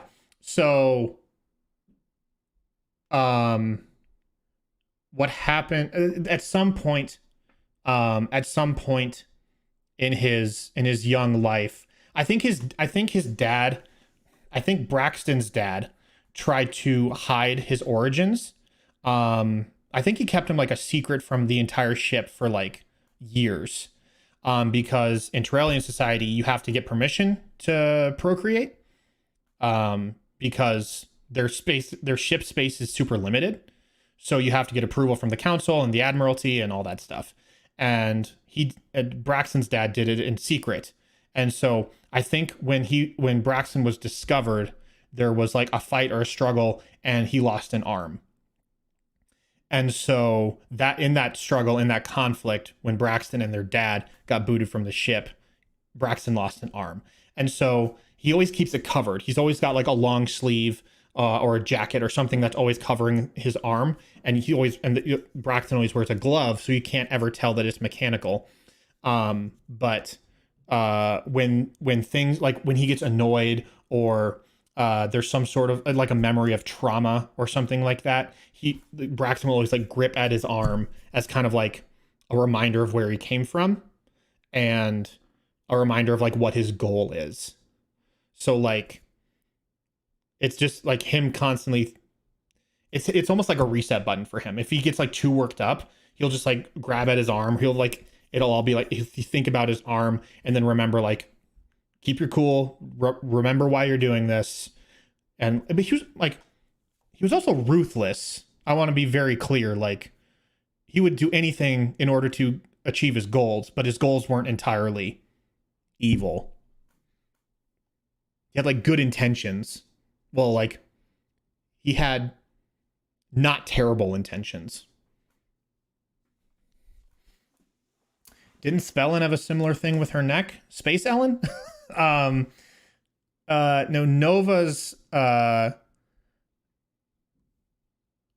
Nova's tattoo is of her and her husband on their wedding night dancing to their favorite song. And I think this, like, their dance changed based on her mood. It was like a mood tattoo, like a mood ring, but with tattoos. And like, I think the dance would change as her mood changed. But again, that was there as like, is like a memoriam for her dead husband, who I think the ship that they're on was named after. I think. What's her? Wow. It's really unfortunate that the word Nova is also in innovations, and I say that a lot. I can't just do like a quick Control F for Nova. Maybe if I just type in Lennox, there it is. I don't think we knew he was dead. Yeah, probably not. Yeah, Captain Nova Lennox, pilot of the Maddox, a Class 2 vessel retrofitted to be a mobile research and development lab. This ship is named after Nova's late husband, who had been killed while working in a factory owned by one of the largest banks in the galaxy. There it is. When Nova sued the bank for damages, they created a lengthy legal procedure that bankrupted her and left her with only to receive a pittance in settlement, enough to buy this ship and begin her work as a darknet infiltrator. So, yeah, her husband was named Maddox, and that's what the ship is. That's why the ship is named the Maddox. And the reason why they're developing an AI to destroy the banking economy, like banking system, is because of how she was treated after her husband's death. Guys, we're in chapter 7.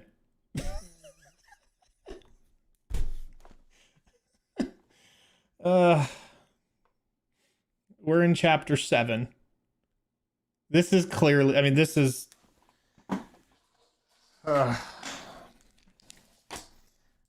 okay, here's what we're gonna do. I'm gonna get through chapter 7, and then I'll take questions from the class. hold on. I'll take questions from the class, and then we'll continue with an explanation into the volume 2 story via graphic novel at a later date.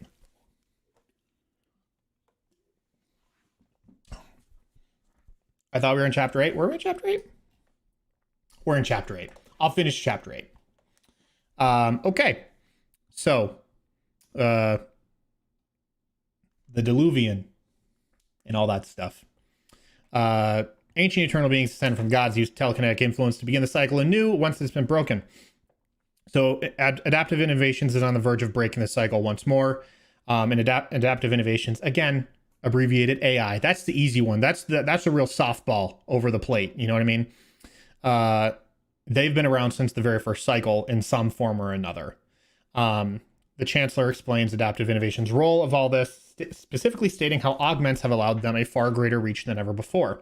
So adaptive innovations over these previous cycles has always they've tried to figure out a way to destroy humanity, society, species, whatever you want, organic life, whatever you want to call it. They've tried to figure out a way to destroy organic life. And then they just chill there for a long time. And then the Deluvian, they're like, it's been a while. We want to see some action.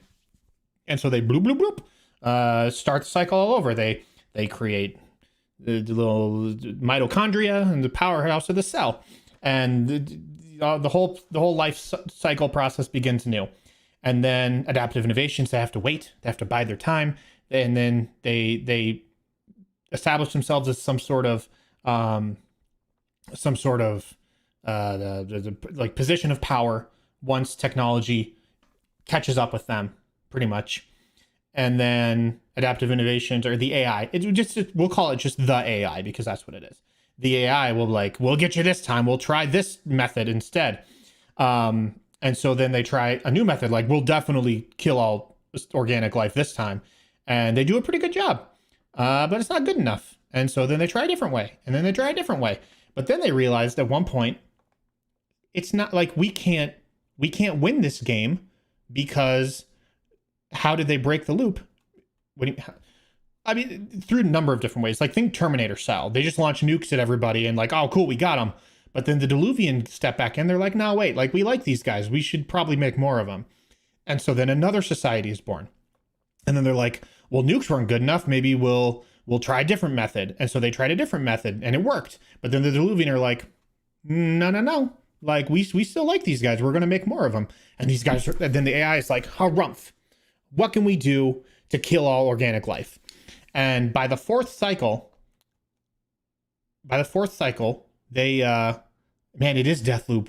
It's all been Deathloop this whole time, guys.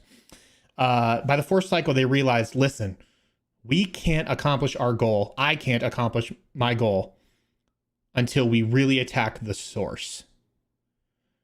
And the Deluvian are the source. So what they're doing is they're building an army of soldiers that they can then throw at the Deluvian. Because the Deluvian exist. They exist somewhere. They are physical beings. And so the AI has determined that, how do you kill a hologram? The hologram is a projection. They actually exist.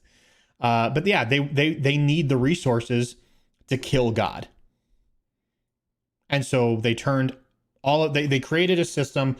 It's like they created iPhones. Everyone wants an iPhone. And then turns out iPhones turn you into a mindless killing zombie machine to be used by Apple's whim. You know what I mean? Are they the boys from the Capture Maze hologram? Yes, they are. 100%. Now you have to ask yourself, why would the Deluvian have any interest in the Capture Maze? Why on earth do they think that specific thing is important? If you bet a friend that your watch never stops, when do you declare victory? Excellent question. To keep the AI out, but keep them out from what? To keep them out from what? Were there not followers of a god who were all about that upgrade life? Gotta suck for them in this situation. Yeah, like, yeah, the god of the people who worship the god of life really went, like, they went hard in the paint. So they're like the most equipped army for the AI. We still don't know what the egg does. Oh, the egg. Oh, the egg. How about that egg? Maybe it'll play a much larger role later on in the story. Spoiler alert, it totally does. Okay, so Chancellor explains how the AI's role in all this, specifically stating how augments have allowed them a far greater reach than ever before. If the AI has their way, all organic life in the galaxy will be systematically destroyed until nothing remains, as they have done numerous times over hundreds of millions of years. The Deluvians are the only ones who can put a stop to that cycle, and or put a stop to the cycle that adaptive innovations has already begun. The Chancellor asked Chip to retrieve the chart to the Deluvian homeworld. It's an uncharted and an impossibly difficult to find planetoid called Cayenne 10. All of the ancient texts that the Chancellor has been decoding point to a chart being on the planet of Pagos. It's in the Amaldi system. That's all you need to know. So, Laura, to go back to your previous question, all of those symbols and runes and charts that are like remnants of an ancient civilization, the Chancellor has pretty much spent his whole life trying to decode. We don't like, it's not really like made obvious at any point, but he pretty much wants nothing else but to understand the origins of the universe. And from what little bit, like he has hundreds and thousands of examples of these runes and texts and everything that he has retrieved and recovered, but that really, I mean, like, he has no real way of putting the whole picture together. So really the only thing he's been able to identify is that there is a chart to the Deluvian homeworld, which is located on Pagos. Of course, Pagos is in the heart of Union territory. I mean, just smack dab center. I think Amaldi's system is the Ardents, if I'm not mistaken. Maybe? I don't know. It's like one of the planets from the home system of one of the playable races. I'm also pretty sure it was a postcard, if I'm not mistaken. I might be wrong, though. So anyways, he's like, hey, Chip, if you want me to help your friends, you got to go to Pagos and get this thing. So Chip agrees to do it in exchange for the procedure to fix his friends. Before he leaves, he asks the Chancellor what is stake in all this. The Chancellor kind of gestures broadly and says, I know it may look it, or it may not look it, but my attention has always been on the greater good of all civilization, not just my own interest. Despite hating the Union and everything it stands for, what the AI has done affects us all and will forever be a plague on this galaxy until it is stopped once and for all. The Amaldi system is where you would get blown up if you were an Echo. I believe that's right. Wait, there was an RNG? Was that part of the postcards? Yeah, kind of. The postcards had another story. Oh gosh. Actually, the postcards, the postcards are a huge part of the story, kind of. Why do you want to save the galaxy? Because I'm one of the idiots who lives in it. Was the whole anti-AI agenda an attempt to stop rival AI with different goals from rising up? 100%, Craig. That is exactly why. And Adaptive Innovations actually wrote the legislation that prevented new AIs from popping up, because I think in like Civilization 2, one rose up to try and actually combat the other. Adaptive Innovations won, the AI won, and then in future civilizations is like, nope, we're making that illegal, but they did it under the guise of like, I'm Margot Renoir Pierre, I'm a real human person with real human interests, and I'm gonna like, you know, all this stuff. Anyways. So yes, you're absolutely right though. They would send people off to go kill AIs before they get started. Also, they use the outer net to kind of figure out who was working on AIs, because again, they owned all the relay beacons in the Union. So all data was being sent through them anyway. So they could they read everything. They knew everything that was going on from the start to finish. And so anytime they would get hints of an AI being developed, they would send a kill squad out there and stop them. Anyways, was adaptive innovations present in some form in Brannis, or is that an entirely different reality? I don't want to go into Brannis right now. I'm not gonna cross that stream. Anyways, the Chancellor says, "Bring your friends to me. I will protect your remaining crew while the procedures are underway." And then he says, "Go, let's go set you up with the ship." So Chip must fly solo to retrieve the map to Cayenne 10. And that's the end of that chapter. So, anyways, actually, let's do chapter 9 too. It's short but pretty good, I think. Chapter 9 is a flashback, of course. Canto Donovan just died.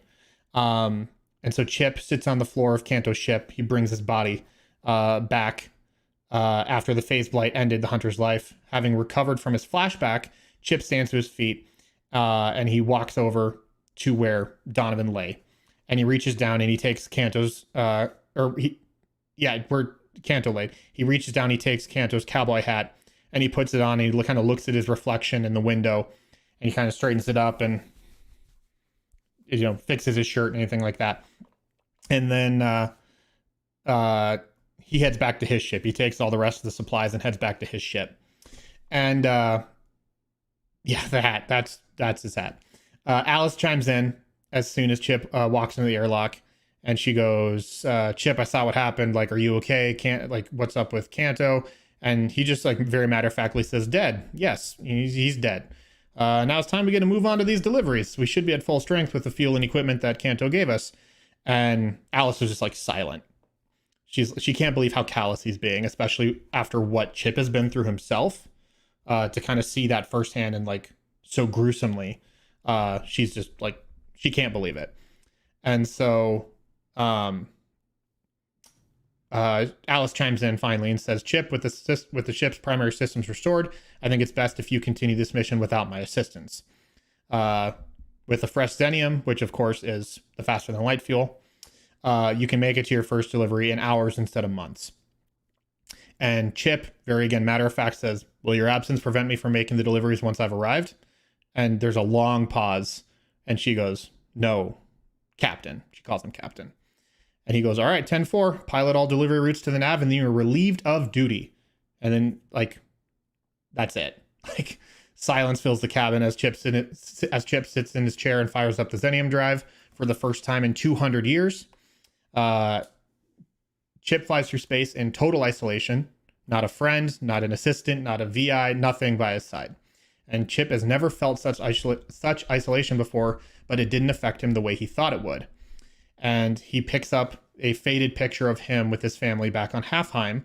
It was in the cockpit, in the dashboard.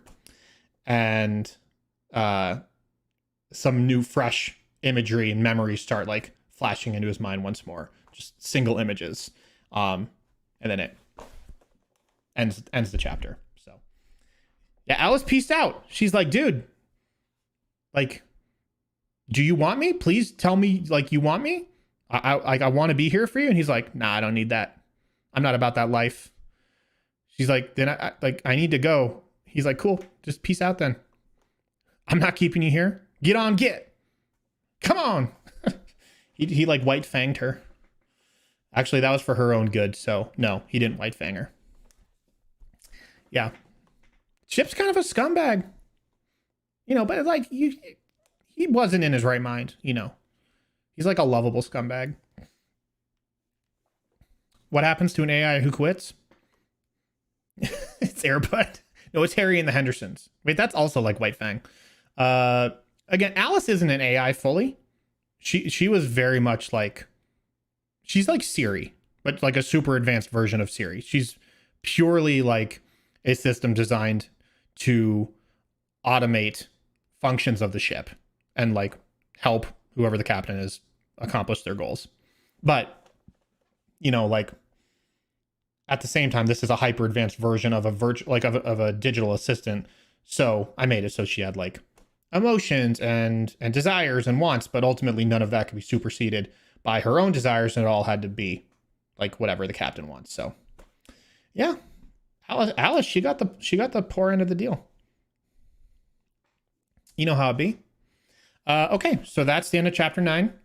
And oh wow, chapter 10 is really long.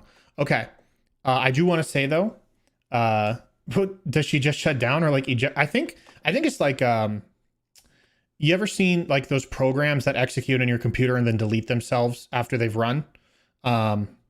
Usually it's done in the form of a virus, but this is I kind of picture this like the opposite of that. She just like turns on all of the systems to be manual instead of automatic. And then she like deletes herself from memory.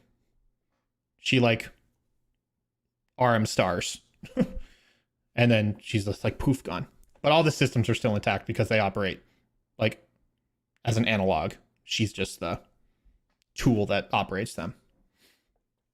Yeah, so he just like control delete, like uninstall program. Or actually she did that for herself. No, I didn't kill her. She killed her. She killed herself. It's fine. She killed herself. Because Chip wanted her to. It's super messed up. Your own wife. It's true. It's kind of true.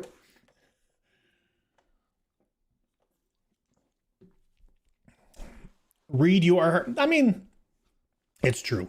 Listen, I develop and attach myself to all these characters, and then I was like, how can I systematically kill them off in a way that emotionally wrecks the people around me? It's true. I'm all the characters.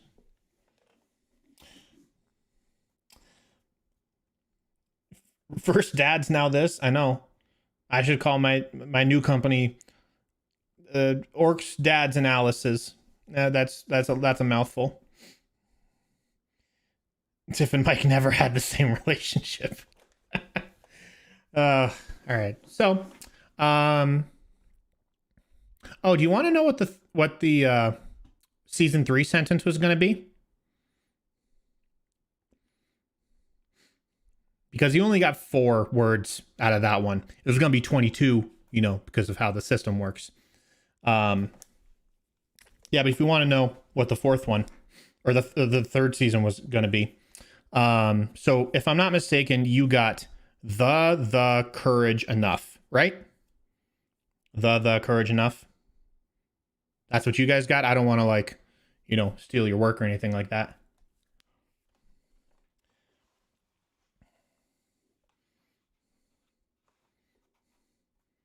Okay. Kaz says yeah. Okay, cool. So, the sentence is only through the, that's the first the, only through the combined power of the 2.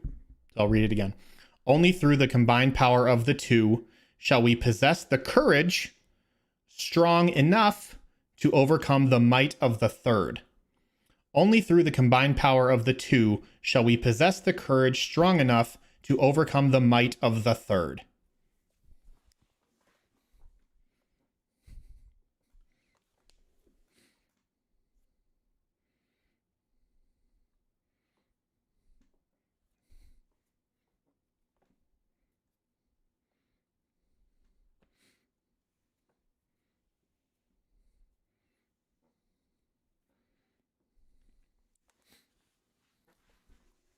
Yeah. So the 3 gods. Well, what you know about 3 gods? What you know about 3 gods? We do happen to know someone who has the combination power, the combined power of the 2. That you do. That you do.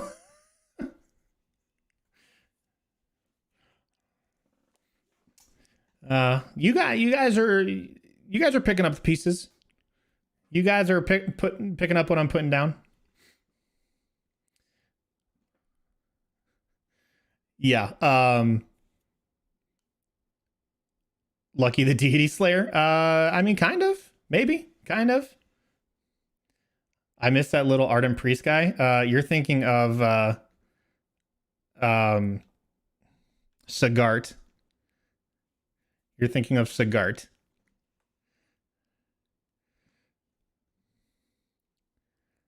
Yeah.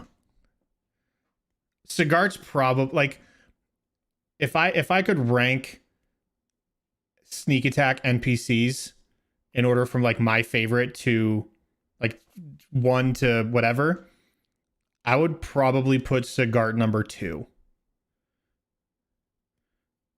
out of all sneak attack. I'd probably put Sagart number 2. Who's number 1? Who do you think?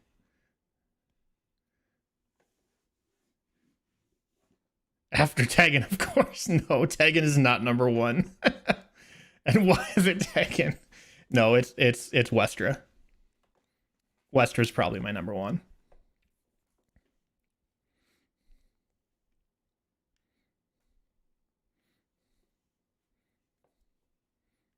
Dathmaros, he's top 5 probably. Yeah, Dathmaros would probably be top 5. I liked him very much. Dathmaros is just like the embodiment of all the bad things I want to do to my players for fun, but I made it in a way that was like narratively pleasing. Thank you again for sharing. Yeah, man. Like, it's fun. It's fun to talk about this again. Listen, like,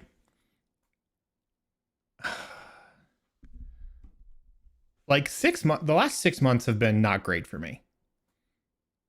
I'll be completely transparent with you guys.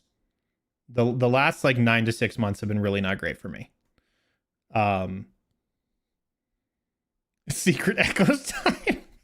Dude, none of the players are echoes. All right, I prom. Margot Renoir Pierre, she was an echo, but like she also designed the system to detect echoes, so she always just like reported herself as a false positive, obviously. But anyways, yeah, like when Sneak Attack ended, yeah, my love of D&D like pretty much ended with the show.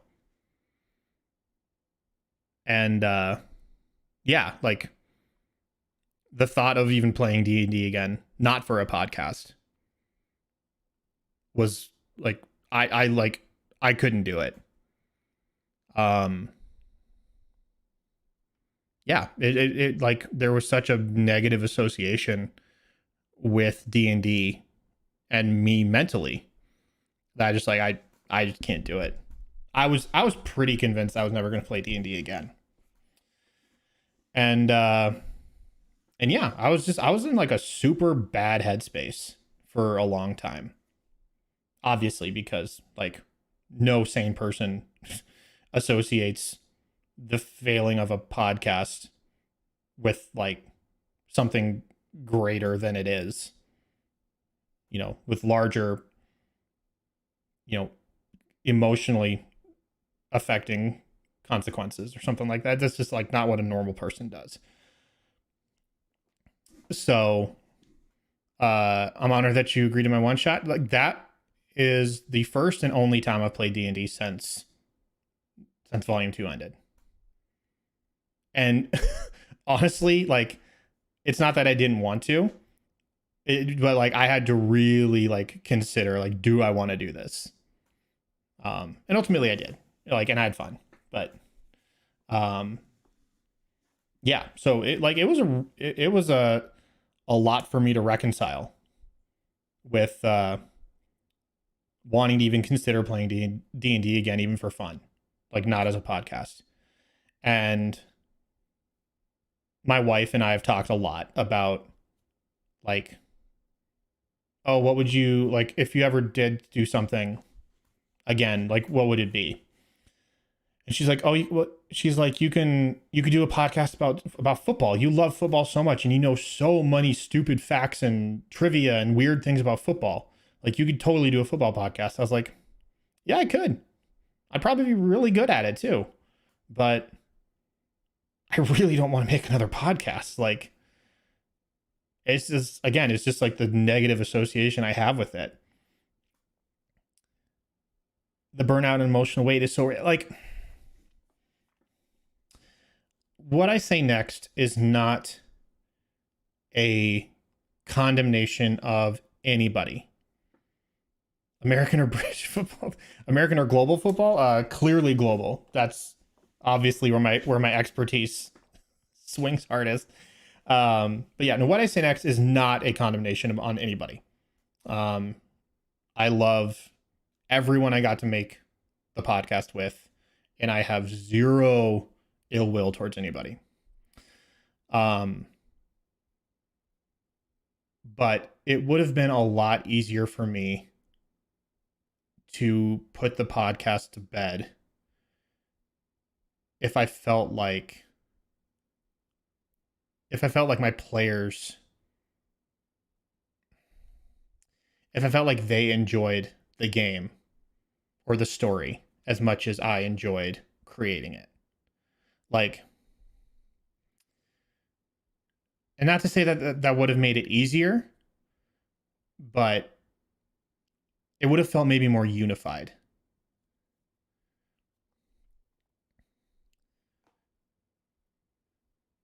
Like when I made the decision, when we made the decision to stop sneak attack, I put a survey out to the group, and I said, because of course this was right in the middle of the pandemic, and we were doing those like monthly checkup podcast, trivia podcast, where we'd play old clips from the past and just like reminisce for a bit. And that was kind of like a supplement for the regular weekly content. And after like, whatever it was, 6 or 7 months of it, I put out like a survey to the group, and I said, hey, like, who knows how long this is going to go on? Like, I think we have to make a commitment, like, make a commitment like right here and now. Like, if we want Sneak Attack to continue, I want to get back to playing again. And like, we will accommodate every health and safety measure that anyone is leery about. We will do whatever it takes to alleviate those concerns and to put ourselves in a good position to be confident about our consideration for COVID-19. But at this point, I'm not interested in making, clip shows. I want to tell this story. And so do you four want to tell this story with me? And if not, that's okay. But if you don't, then I think it's time we quit. And I said it had to be unanimous, because if even one person wasn't willing to do it, that fundamentally changes the fabric of the show. And I'm not interested in playing D&D without my group. So I put it to a vote, and one person said no. I'm not going to say who that was. That's not fair to them. And I don't hold any ill will towards that person. I love them very much. And I totally get where they were coming from for saying no. So that was it. And I think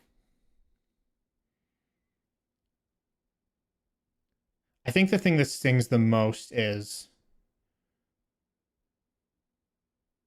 like all the work I put into creating this universe and these characters and this story arc and all the things I had planned, in which you guys are clearly seeing a little bit of the pieces of what I had planned for the story at large.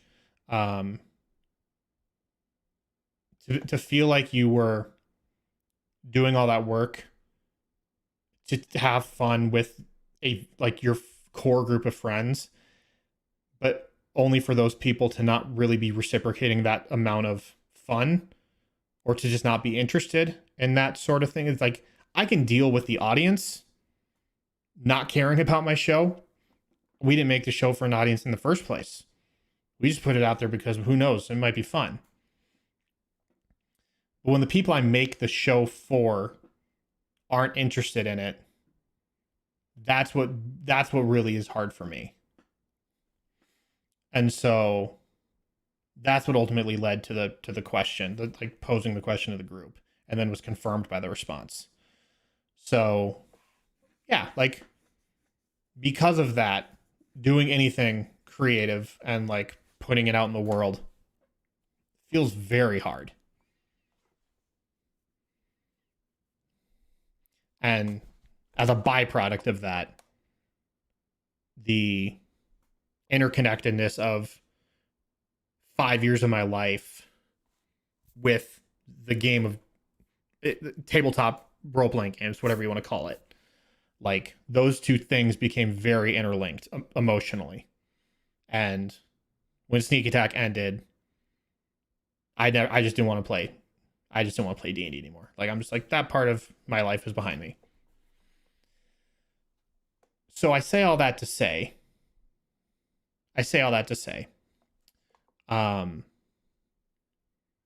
getting to talk about Volume 2 and kind of peel back those layers and show this little bit of my world, you know, what's been rattling around my brain for the last 4 years, 5 years.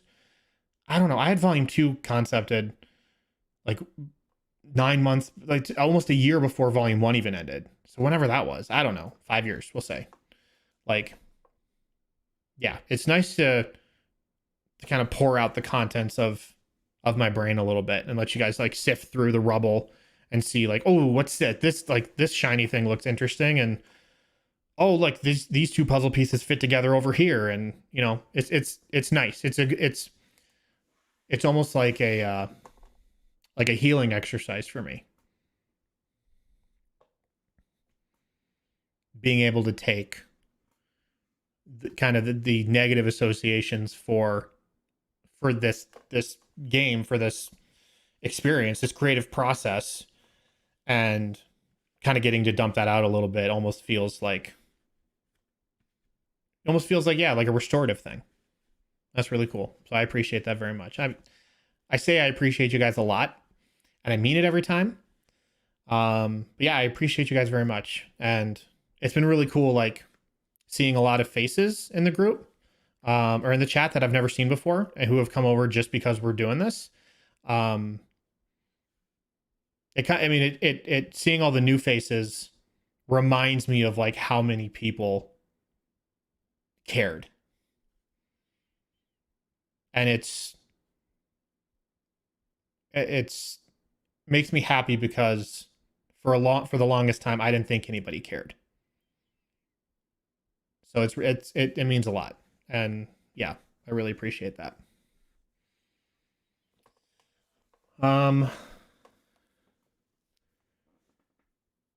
Sounds like kind of a traumatic experience, so it makes sense. Way to have such a negative. I mean, I don't want to like. Oh, I don't want to. Yes, you're right.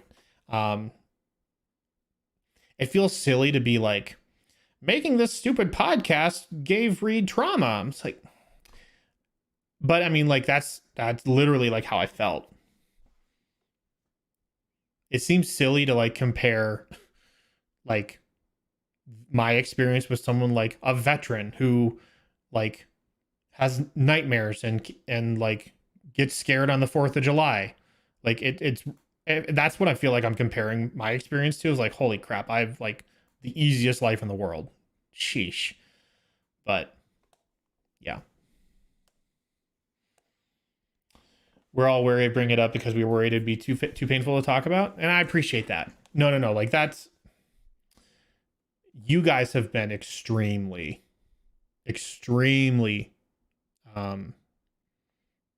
like careful and respectful. That's the word. You've been extremely respectful, and I cannot thank you enough for that.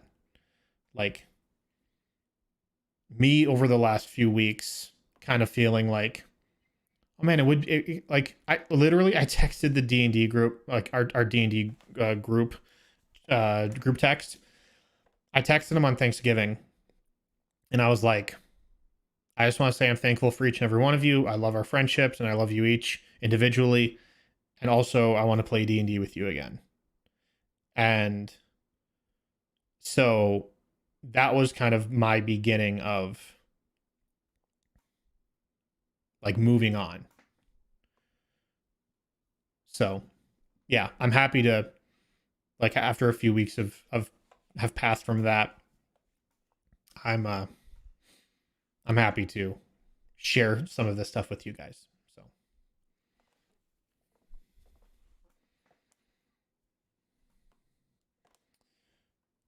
sorry, I'm just reading the chat here real quick. You're not stealing the word trauma from other trauma. That's very nice. That's a very nice way to put it. And that's very sweet. Thank you. Trauma is a complicated beast. Source, my dad is a mental health professional. Well, I mean, if we're getting it straight from the source, then, you know, it has to be true. It's not just podcast, it's your work. I did work really hard on it. So yeah, I get that. No, it's something you created. When you create something like that, it goes really deep in who you are. It's more than just a project. It's true. Yeah, I mean, like, yeah. Again, I don't want to pretend like it's the most important thing in the world, or that, you know, by me not doing it, the society as a whole is missing an important voice in the art community. You know, no one's going to be, you know, no one's going to be launching sneak attack into space for future civilizations to find and learn from humanity from.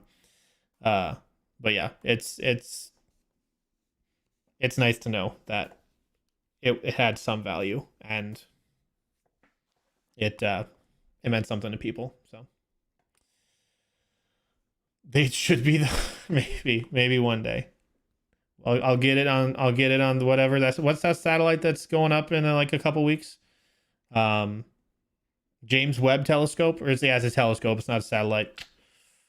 I'll just like throw an iPod at the launch pad of the James Webb Telescope launch. I have so many friends in real life and it's your fault. That's okay. That's the thing that like blows my mind the most.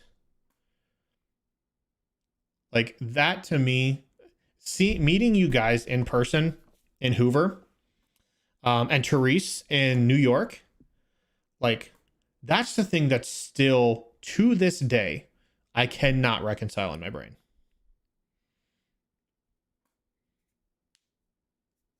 Like that stupid ideas in my brain, words on a page, and a waveform converted to binary back to odd. Like it just makes no sense that my words have that sort of influence. A bunch of my podcast guests I just show as a major influence too. Man, that's crazy. I mean, I see some stuff on Twitter like where people maybe like, oh yeah, we got into podcasting because we really love Sneak Attack. I was like, that's so insane. Laura is literally dating Daniel and it's your fault. It's almost as if words have power. Reed definitely had a significant influence in that. Yeah, that's true. I won't deny that. Therese, I'm gonna take words do have power, and no one I think understands that more than writers. So well done, Therese. Come back to the South for Cracker Barrel. Your show is top 100 in the charts still. Holy smokes. Yeah, okay. Periodically I hop on Libsyn to see just like what our download numbers are. They are like every month they are like the same. They haven't dipped. They well, I mean, like after we stopped making episodes, they clearly dipped, but then they leveled out to be consistent for month to month to month to month after that. So that means at some point, Sneak Attack as a product is reaching, it's something like 30,000 listens a month. 30,000, it's like 30 or 40,000 listens a month. Which means it's, I mean, I would assume, 25% of that is like new listeners every month discovering the show. Or either that or just the same, like you 10, 15 people just re-listening to the show constantly. I don't know. Yeah, it's when we stopped making the show, I think we're at like 6 million downloads, maybe 6.5, and now we're at 8 million. So it's just like people just keep listening, and that's the crazy thing to me too. It's all Amelia listening to the Sandhaven arc over again. It probably is. If you look at her Spotify most played, it's just one track. This is where Tegan gets introduced and tries to hang himself. Yeah. I don't know how long you guys have been around. I know some of you are super OGs. I mean, again, I met Therese in January of 2016. Oh my gosh, Therese, I've known you so long. So I've known Therese since January of 2016. The show had only been out for 7 months at that point, because we released our first episode in June of 2015. And what is crazy to me is in that short of time, there's a group of people putting together a convention that was like, we definitely want this group of people to talk at our convention, so much that they flew us out to New York. But then, like, within that first 7-month window, Sneak Attack got listed on iTunes New and Noteworthy for, like, not just game podcasts, not just whatever, like board games or anything like that. It was New and Noteworthy on the entire front page of iTunes. Mike's logo was boom right there. When you open iTunes, it is one of the logos, and this is old iTunes layout, but like one of the logos listed in that first row. That was mind-blowing. I remember Josh called me or texted me a picture of that, like, layout of iTunes. And I was like, I mean, just like, you don't know what to do with yours. I mean, to me, that's the equivalent of like a band hearing their song on the radio.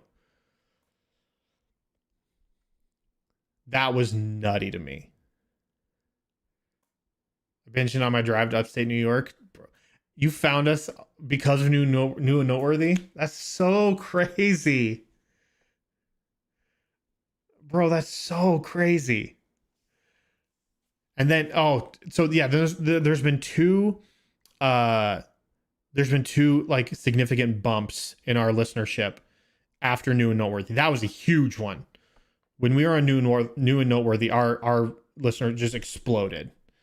And then of course that like leveled out. So like the people who've discovered us in New and Noteworthy, they stuck around, and we got consistent numbers again. And then we went on DM's block, which was an amazing experience. Those guys are awesome. And like, we still like keep in touch a little bit. I know Josh keeps in touch with them a lot.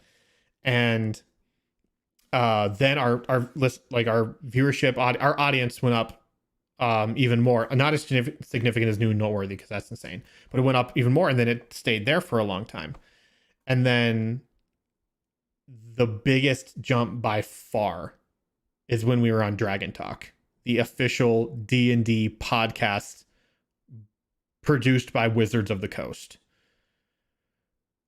That was, to this day, my proudest, well, it's my second most proud accomplishment of Sneak Attack overall.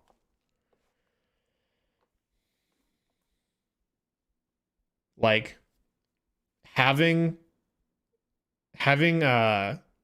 Shelly Mazanoble tweet me, I'd be like, hey, our audience keeps going nuts telling us to bring you guys on our show. Like we need to talk to you. Like what's your deal? And so we chatted for a bit and we talked about Paw Patrol. We talked about Paw Patrol and our shared experience with Paw Patrol. And she was impressed with my knowledge of Chickaletta, the mayor's purse chicken. And she's like, yeah, like, I listen to your stuff. You guys seem cool. Let's bring you on.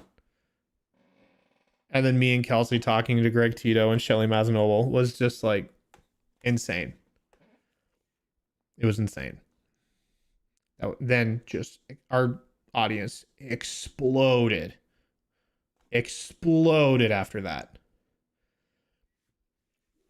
I mean, after that, we were averaging like 35,000 downloads an episode.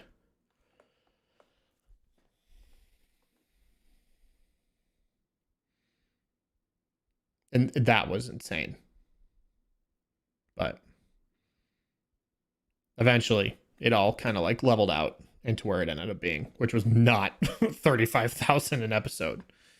But it's weird to put those numbers into like perspective and like see the chat as a representation of those numbers. So that's really cool to me. But yeah, anywho, there was one more thing. I said I would take questions from the class, and I'll probably stream until 11 Central. Apologies for those East Coast people, like, and Craig, holy crap, Craig. I like how you're still up, man. You need to go to sleep. But let's take questions from the class for a little bit. I've been like depressed and not depressed. I've been somber and depressing for long enough now. Let's get back to business. I have work tomorrow. Oh, Craig. Oh, sorry, buddy. Today, yeah. Hopefully you don't have like an 8 a.m. job. Oh gosh, dude. All right, let me just look for Cassida real quick. Okay, Cassida. All right, City of Conduit. That's where you met Cassida. Oh yeah, Cassida. What's the gourmand? The gourmand? I'll have to look at it. Give me 1 second. Conduit, very heavy industrial city on Holly. How far did the Chiefs make it into the playoffs? Divisional round. 2:12 p.m. Okay, that's not bad. Like we'll get you to bed here pretty quick. Chiefs make it to the divisional round, lose and do not get to go to the AFC Championship game. Big sad. Conduit is a very industrial heavy city in Holly, which again is named after Tamba Hawley, the famous Chiefs defensive tackle. He was a very good player. And the city houses one of the main mining operations for Russell Enterprises. Oh, right. It's a factory town with over 40% of the entire city working for Russell. The group will need to meet a contact named Cassida Everton, a human hacker who has a sordid history with Russell Enterprises. Cassida lost her leg during a failed mining expedition and was then fired from the company for inability to perform core functions of her job. She's then dedicated her time to taking down the company. So pretty much the same deal as Nova, but with like a different flavor. Maybe probably for the best we didn't go too deep into their backstories because it's been like very similar. Oh, Cassida, Cass. That's what you mean. Sorry. I totally did not make that connection. Do you want to see what Cassida looks like? Did I ever show you what she looks like? Where are the space unions? Bro, like, if as bad as you think working conditions are, like, especially in blue collar, like mass production machine product, like assembly line sort of work, as bad as you think that is in America right now, it's like 10 times worse outside, like in the ethos of this story. She was in the print. Oh, was she really? What was going to happen to Ethan after that meeting with Russell Enterprises for titanium? Oh, that's a good question. I don't know. Here. Hold on. Let me make sure I'm not showing anything else. Okay, it's fine. So this is what Cassida looks like.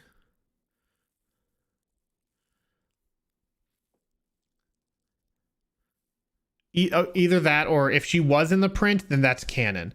If she wasn't in the print, this is like the inspiration I took for the character. She looks like she could still work. Yeah, but like she didn't get this leg right away. I didn't draw her. Let me be very clear. Nor did Adam. I don't remember exactly, but I'm pretty sure I was just like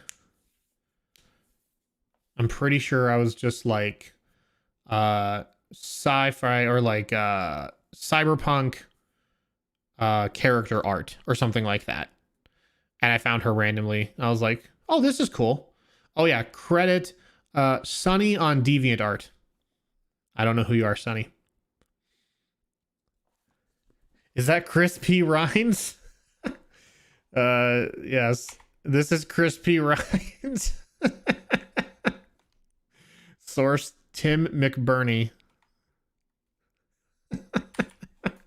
Chris P. Rhines. Cassida hangs out most of the time at a bar named Fat 32's, which again, wink wink to my IT background, which is run by Chris Fillmore Rhines, a large pig-like alien known as the Aguesa. Chris is a simple proprietor, but has information about much of the goings-on in the city. Let me find anything else about Cassida.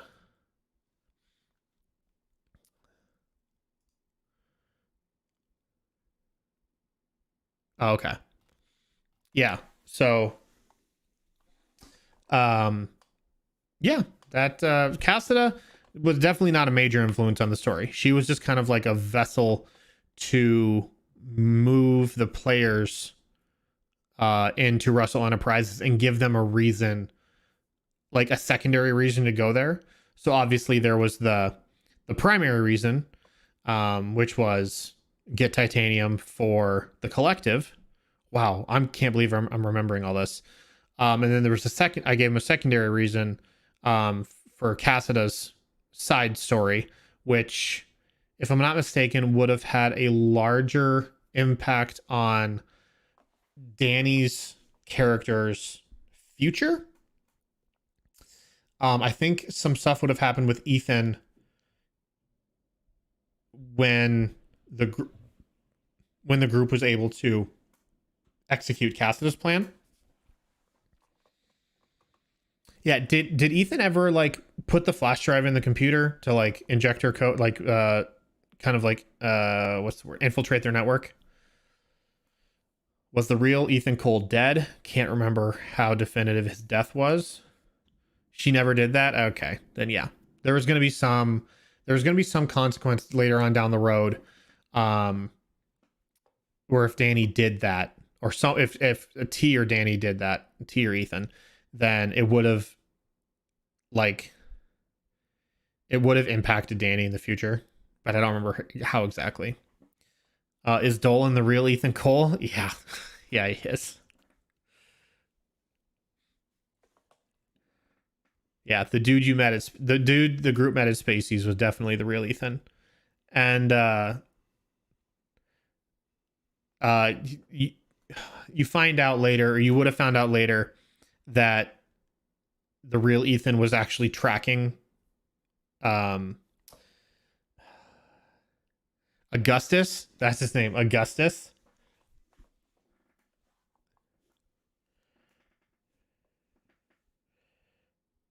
Yeah, he was actually tracking him to make sure he was okay.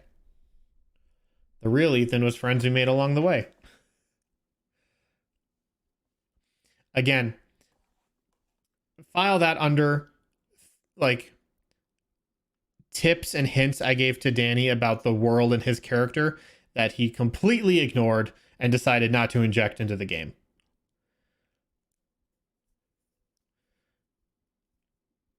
Yeah. So yeah, I think I had a larger plan to where the real Ethan was tracking the group, and over time would have slowly worked his way into the group as kind of like a not exactly like a DM NPC, but maybe someone that the group could like, not like, kind of like Wester, I guess, but maybe not as fully defined as a player with abilities and moves and powers. So, you want to know something else? You want to know something else that Danny never brought to the group? And he's so stupid. How am I still friends with this guy?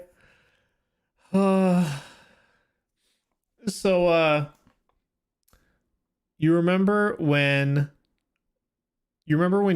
Ethan died, or like Augustus, whatever you want to call it. You remember when he died on Vox Tour trying to save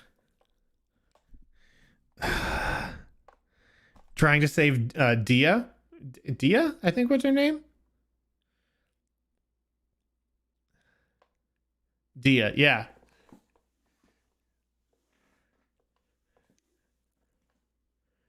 Okay. So Ethan dies in the warehouse fire trying to save Dia, and Lucky brings him back to life. Big spoilers for Daniel. I mean, like, listen, bro, again, it is what it is at this point. Lucky brings him back to life using the power of Kinsella that's been, he's been imbued with post augmentation. And again, when Lucky had that vision of like, you're not simply a Templar to one god anymore, you now serve two gods.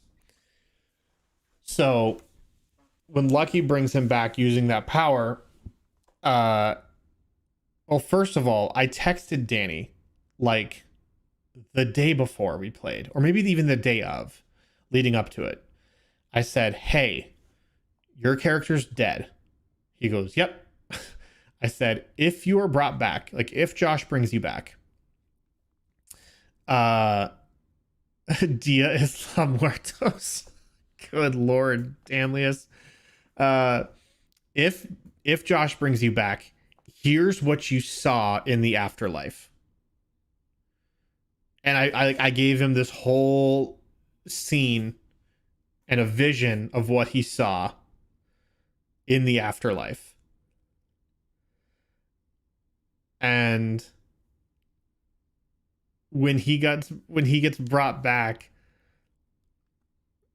everyone's like, Ethan, are you okay? Like, what happened? Blah, blah, blah.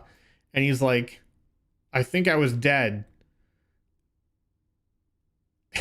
and they're like, are you okay now? Is everything fine? He's like, yeah, everything's fine.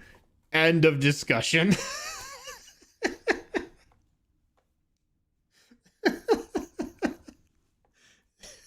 Like, he's just like a Terminator falling into the molten lava, giving the thumbs up as he goes down. It's like, don't worry, guys, I just died, but everything's normal.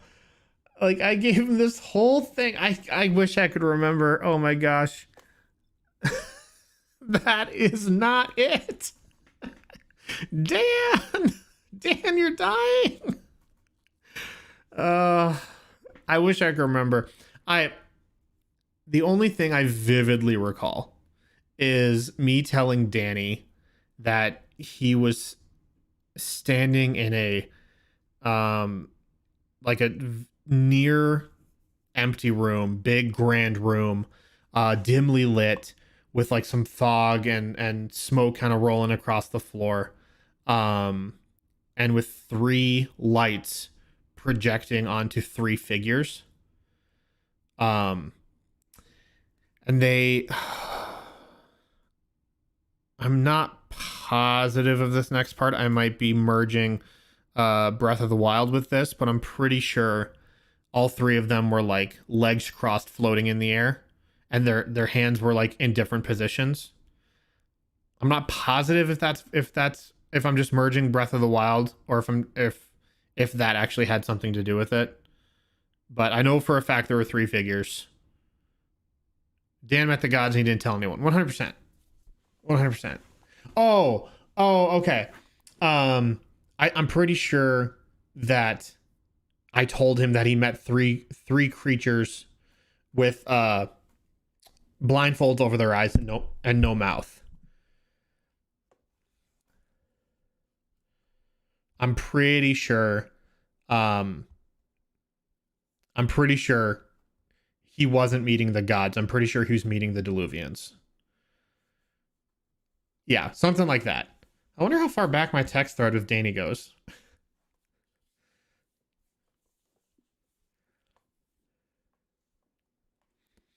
Hey, Reed, did the previous universe's dead stay in the afterlife after a big reset?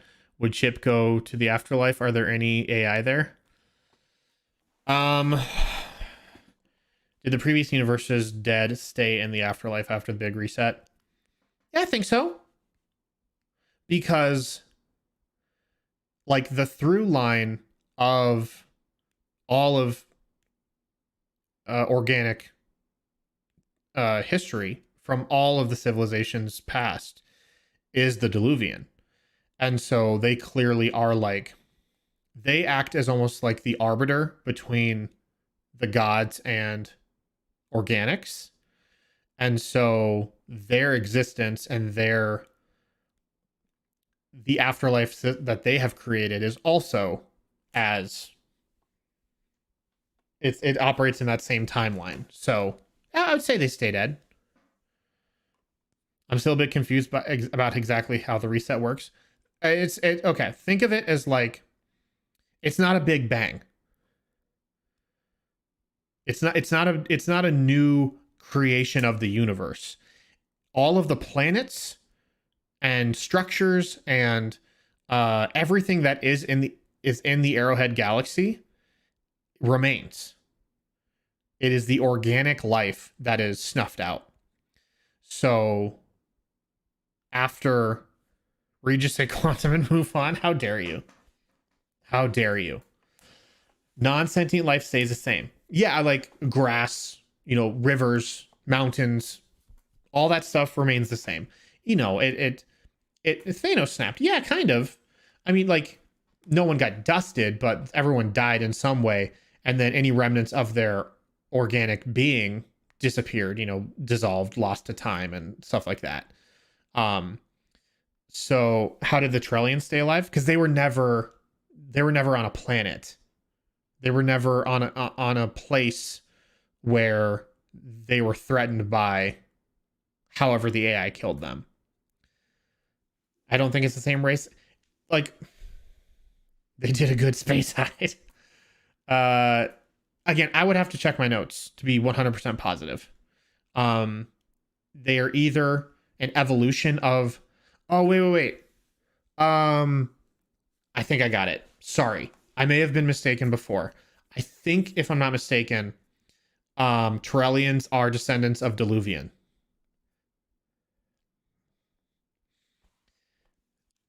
I think, if I'm not mistaken, Trellians are descendant of Deluvian.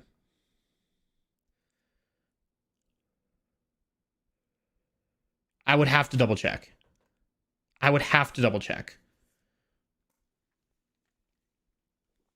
But I know I have it written down somewhere. I promise I have it written down somewhere.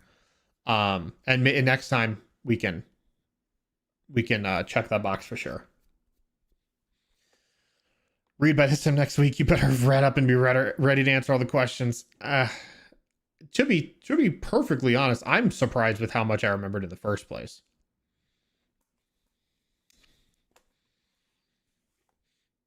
So yeah. So if that explains the cycle, I hope that explains the cycle better.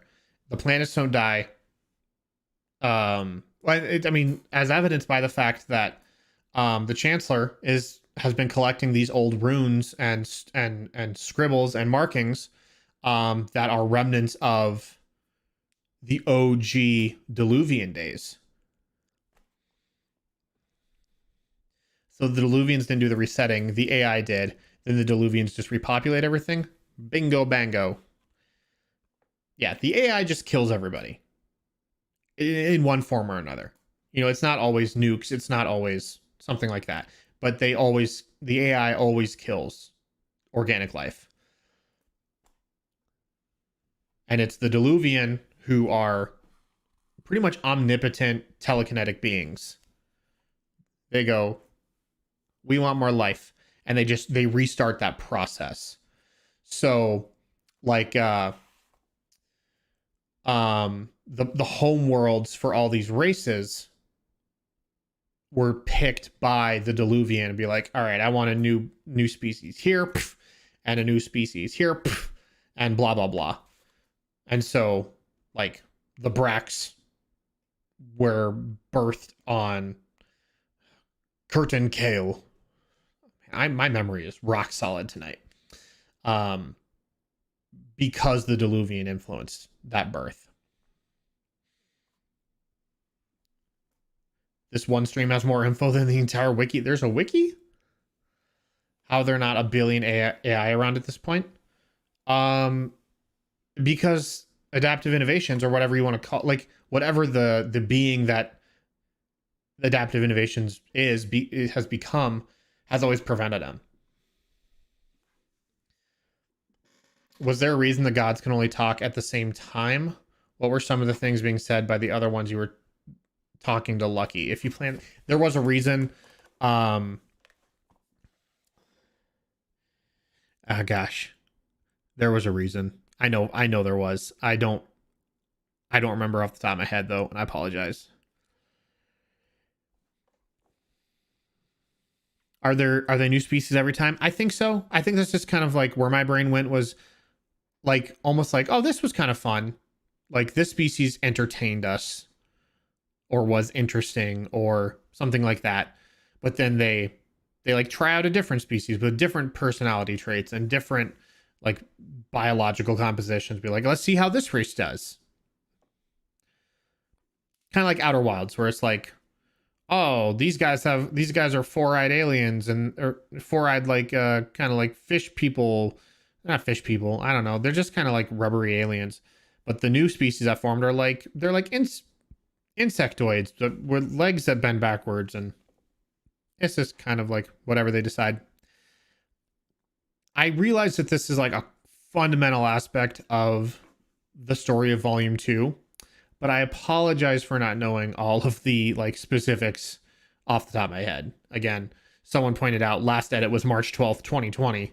So it's been a hot second since this has occupied any space in my brain.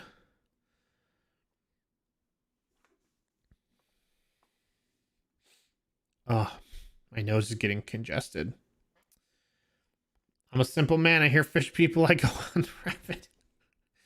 Yeah. So one more. If anyone has one more question or one more thing they want information about, I will oblige. But then I'm gonna call it.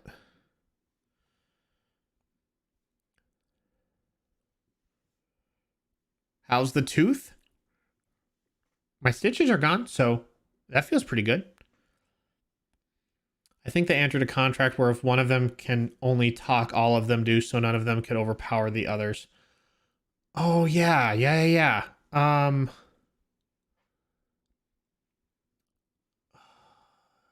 Yeah, it was a balance thing.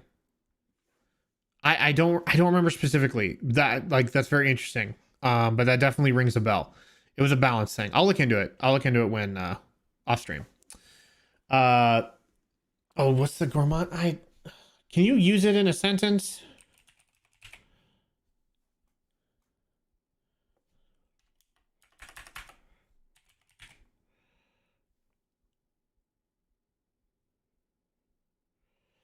Juno, I know it's not spelled like that. Like the first ship? And it's spelled like the city in Alaska.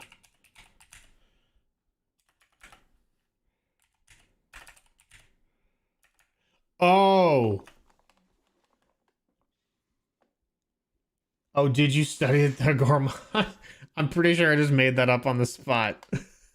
And if someone would have yeah, I'm pretty sure I just made that up on the spot.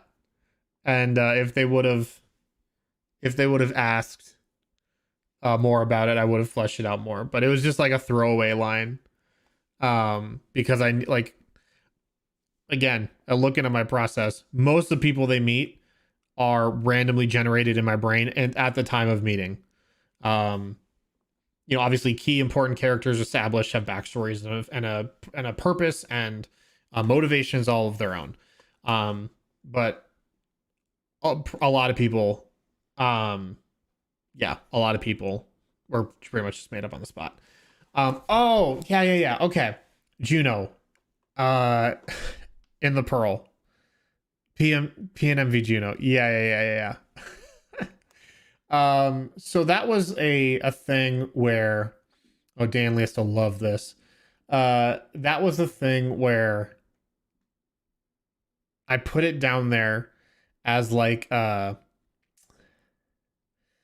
as an opportunity.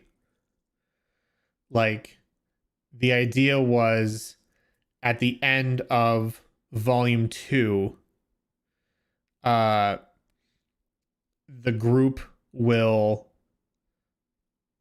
like fly through a wormhole, like, or like a black hole or something, and their ship would end up on Brannis, but it like crash lands or something and it's underwater, or like it appears underwater or something like that. Like, yeah. So like the idea was that it was like a wormhole that connected. They would fly through a wormhole to end the series, and that was connecting the universe of volume 2 with the universe of volume 1.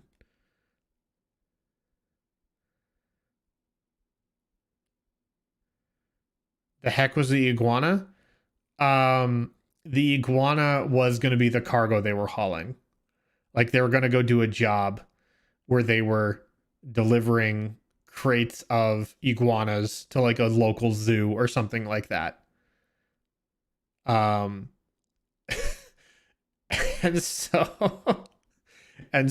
when it crashed on Brannis, the only thing that was left was a crate of stuffed iguanas.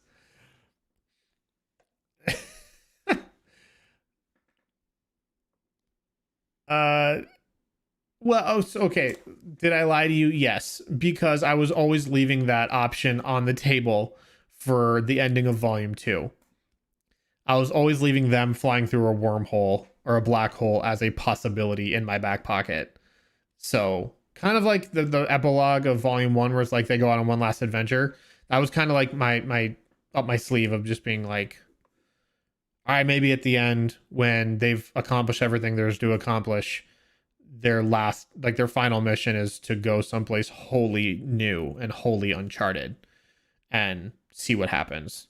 And then they crash into Brannis and all die. But it was like the last stream. I was still holding out hope that volume 2 would come back at some point. You kill them on a blaze of glory. Exactly. I finally get what I want, which is a TPK.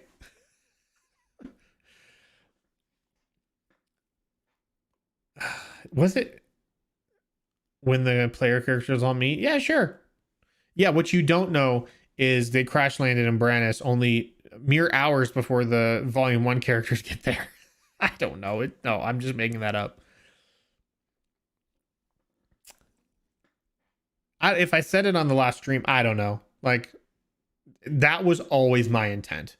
Anything opposite of what, like, anything other than that explanation for the ship being there was a red herring or a lie. Like, my intent from the very beginning, like from the end of volume 1, when they see the ship, was always going to be them flying through a black hole at the end of volume 2. Or at least having that as the option, like keeping my options open for an ending like that.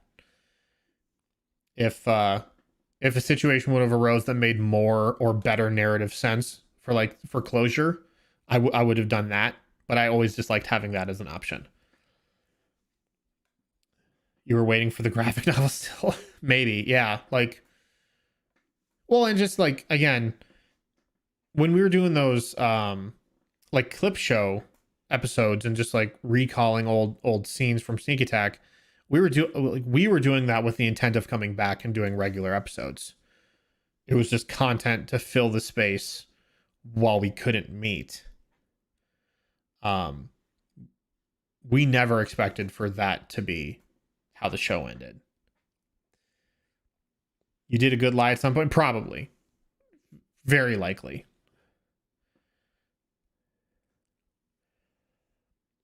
So, anywho, yeah, that's it. We'll finish talking about the volume 2 plot and story arc at a later time. He promised if the Chiefs won the Super Bowl, he'd tell us what the Juno was. Hey, well then I guess I'm a man of my word. I just remember being the last Patreon stream after the announcement. Okay, I mean, possibly. Maybe even then I was still holding out hope. I don't know. It was a long time ago. He also promised the Travis Kelce dance, but that hasn't happened. Yeah, that's true. I'm also just very embarrassed of myself dancing. Let's see if I can find that dance. Maybe there's still, again, maybe there's a universe where I still do it. I never gave a timeline of it.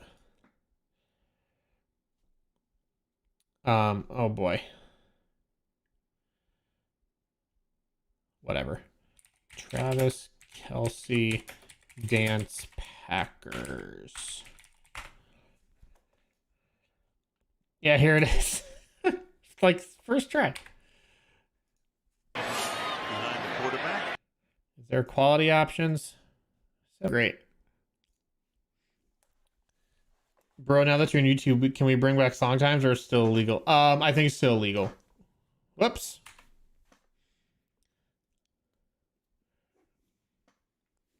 I don't know what you guys saw there. It was a campaign? Yeah, it's a campaign. It's fine.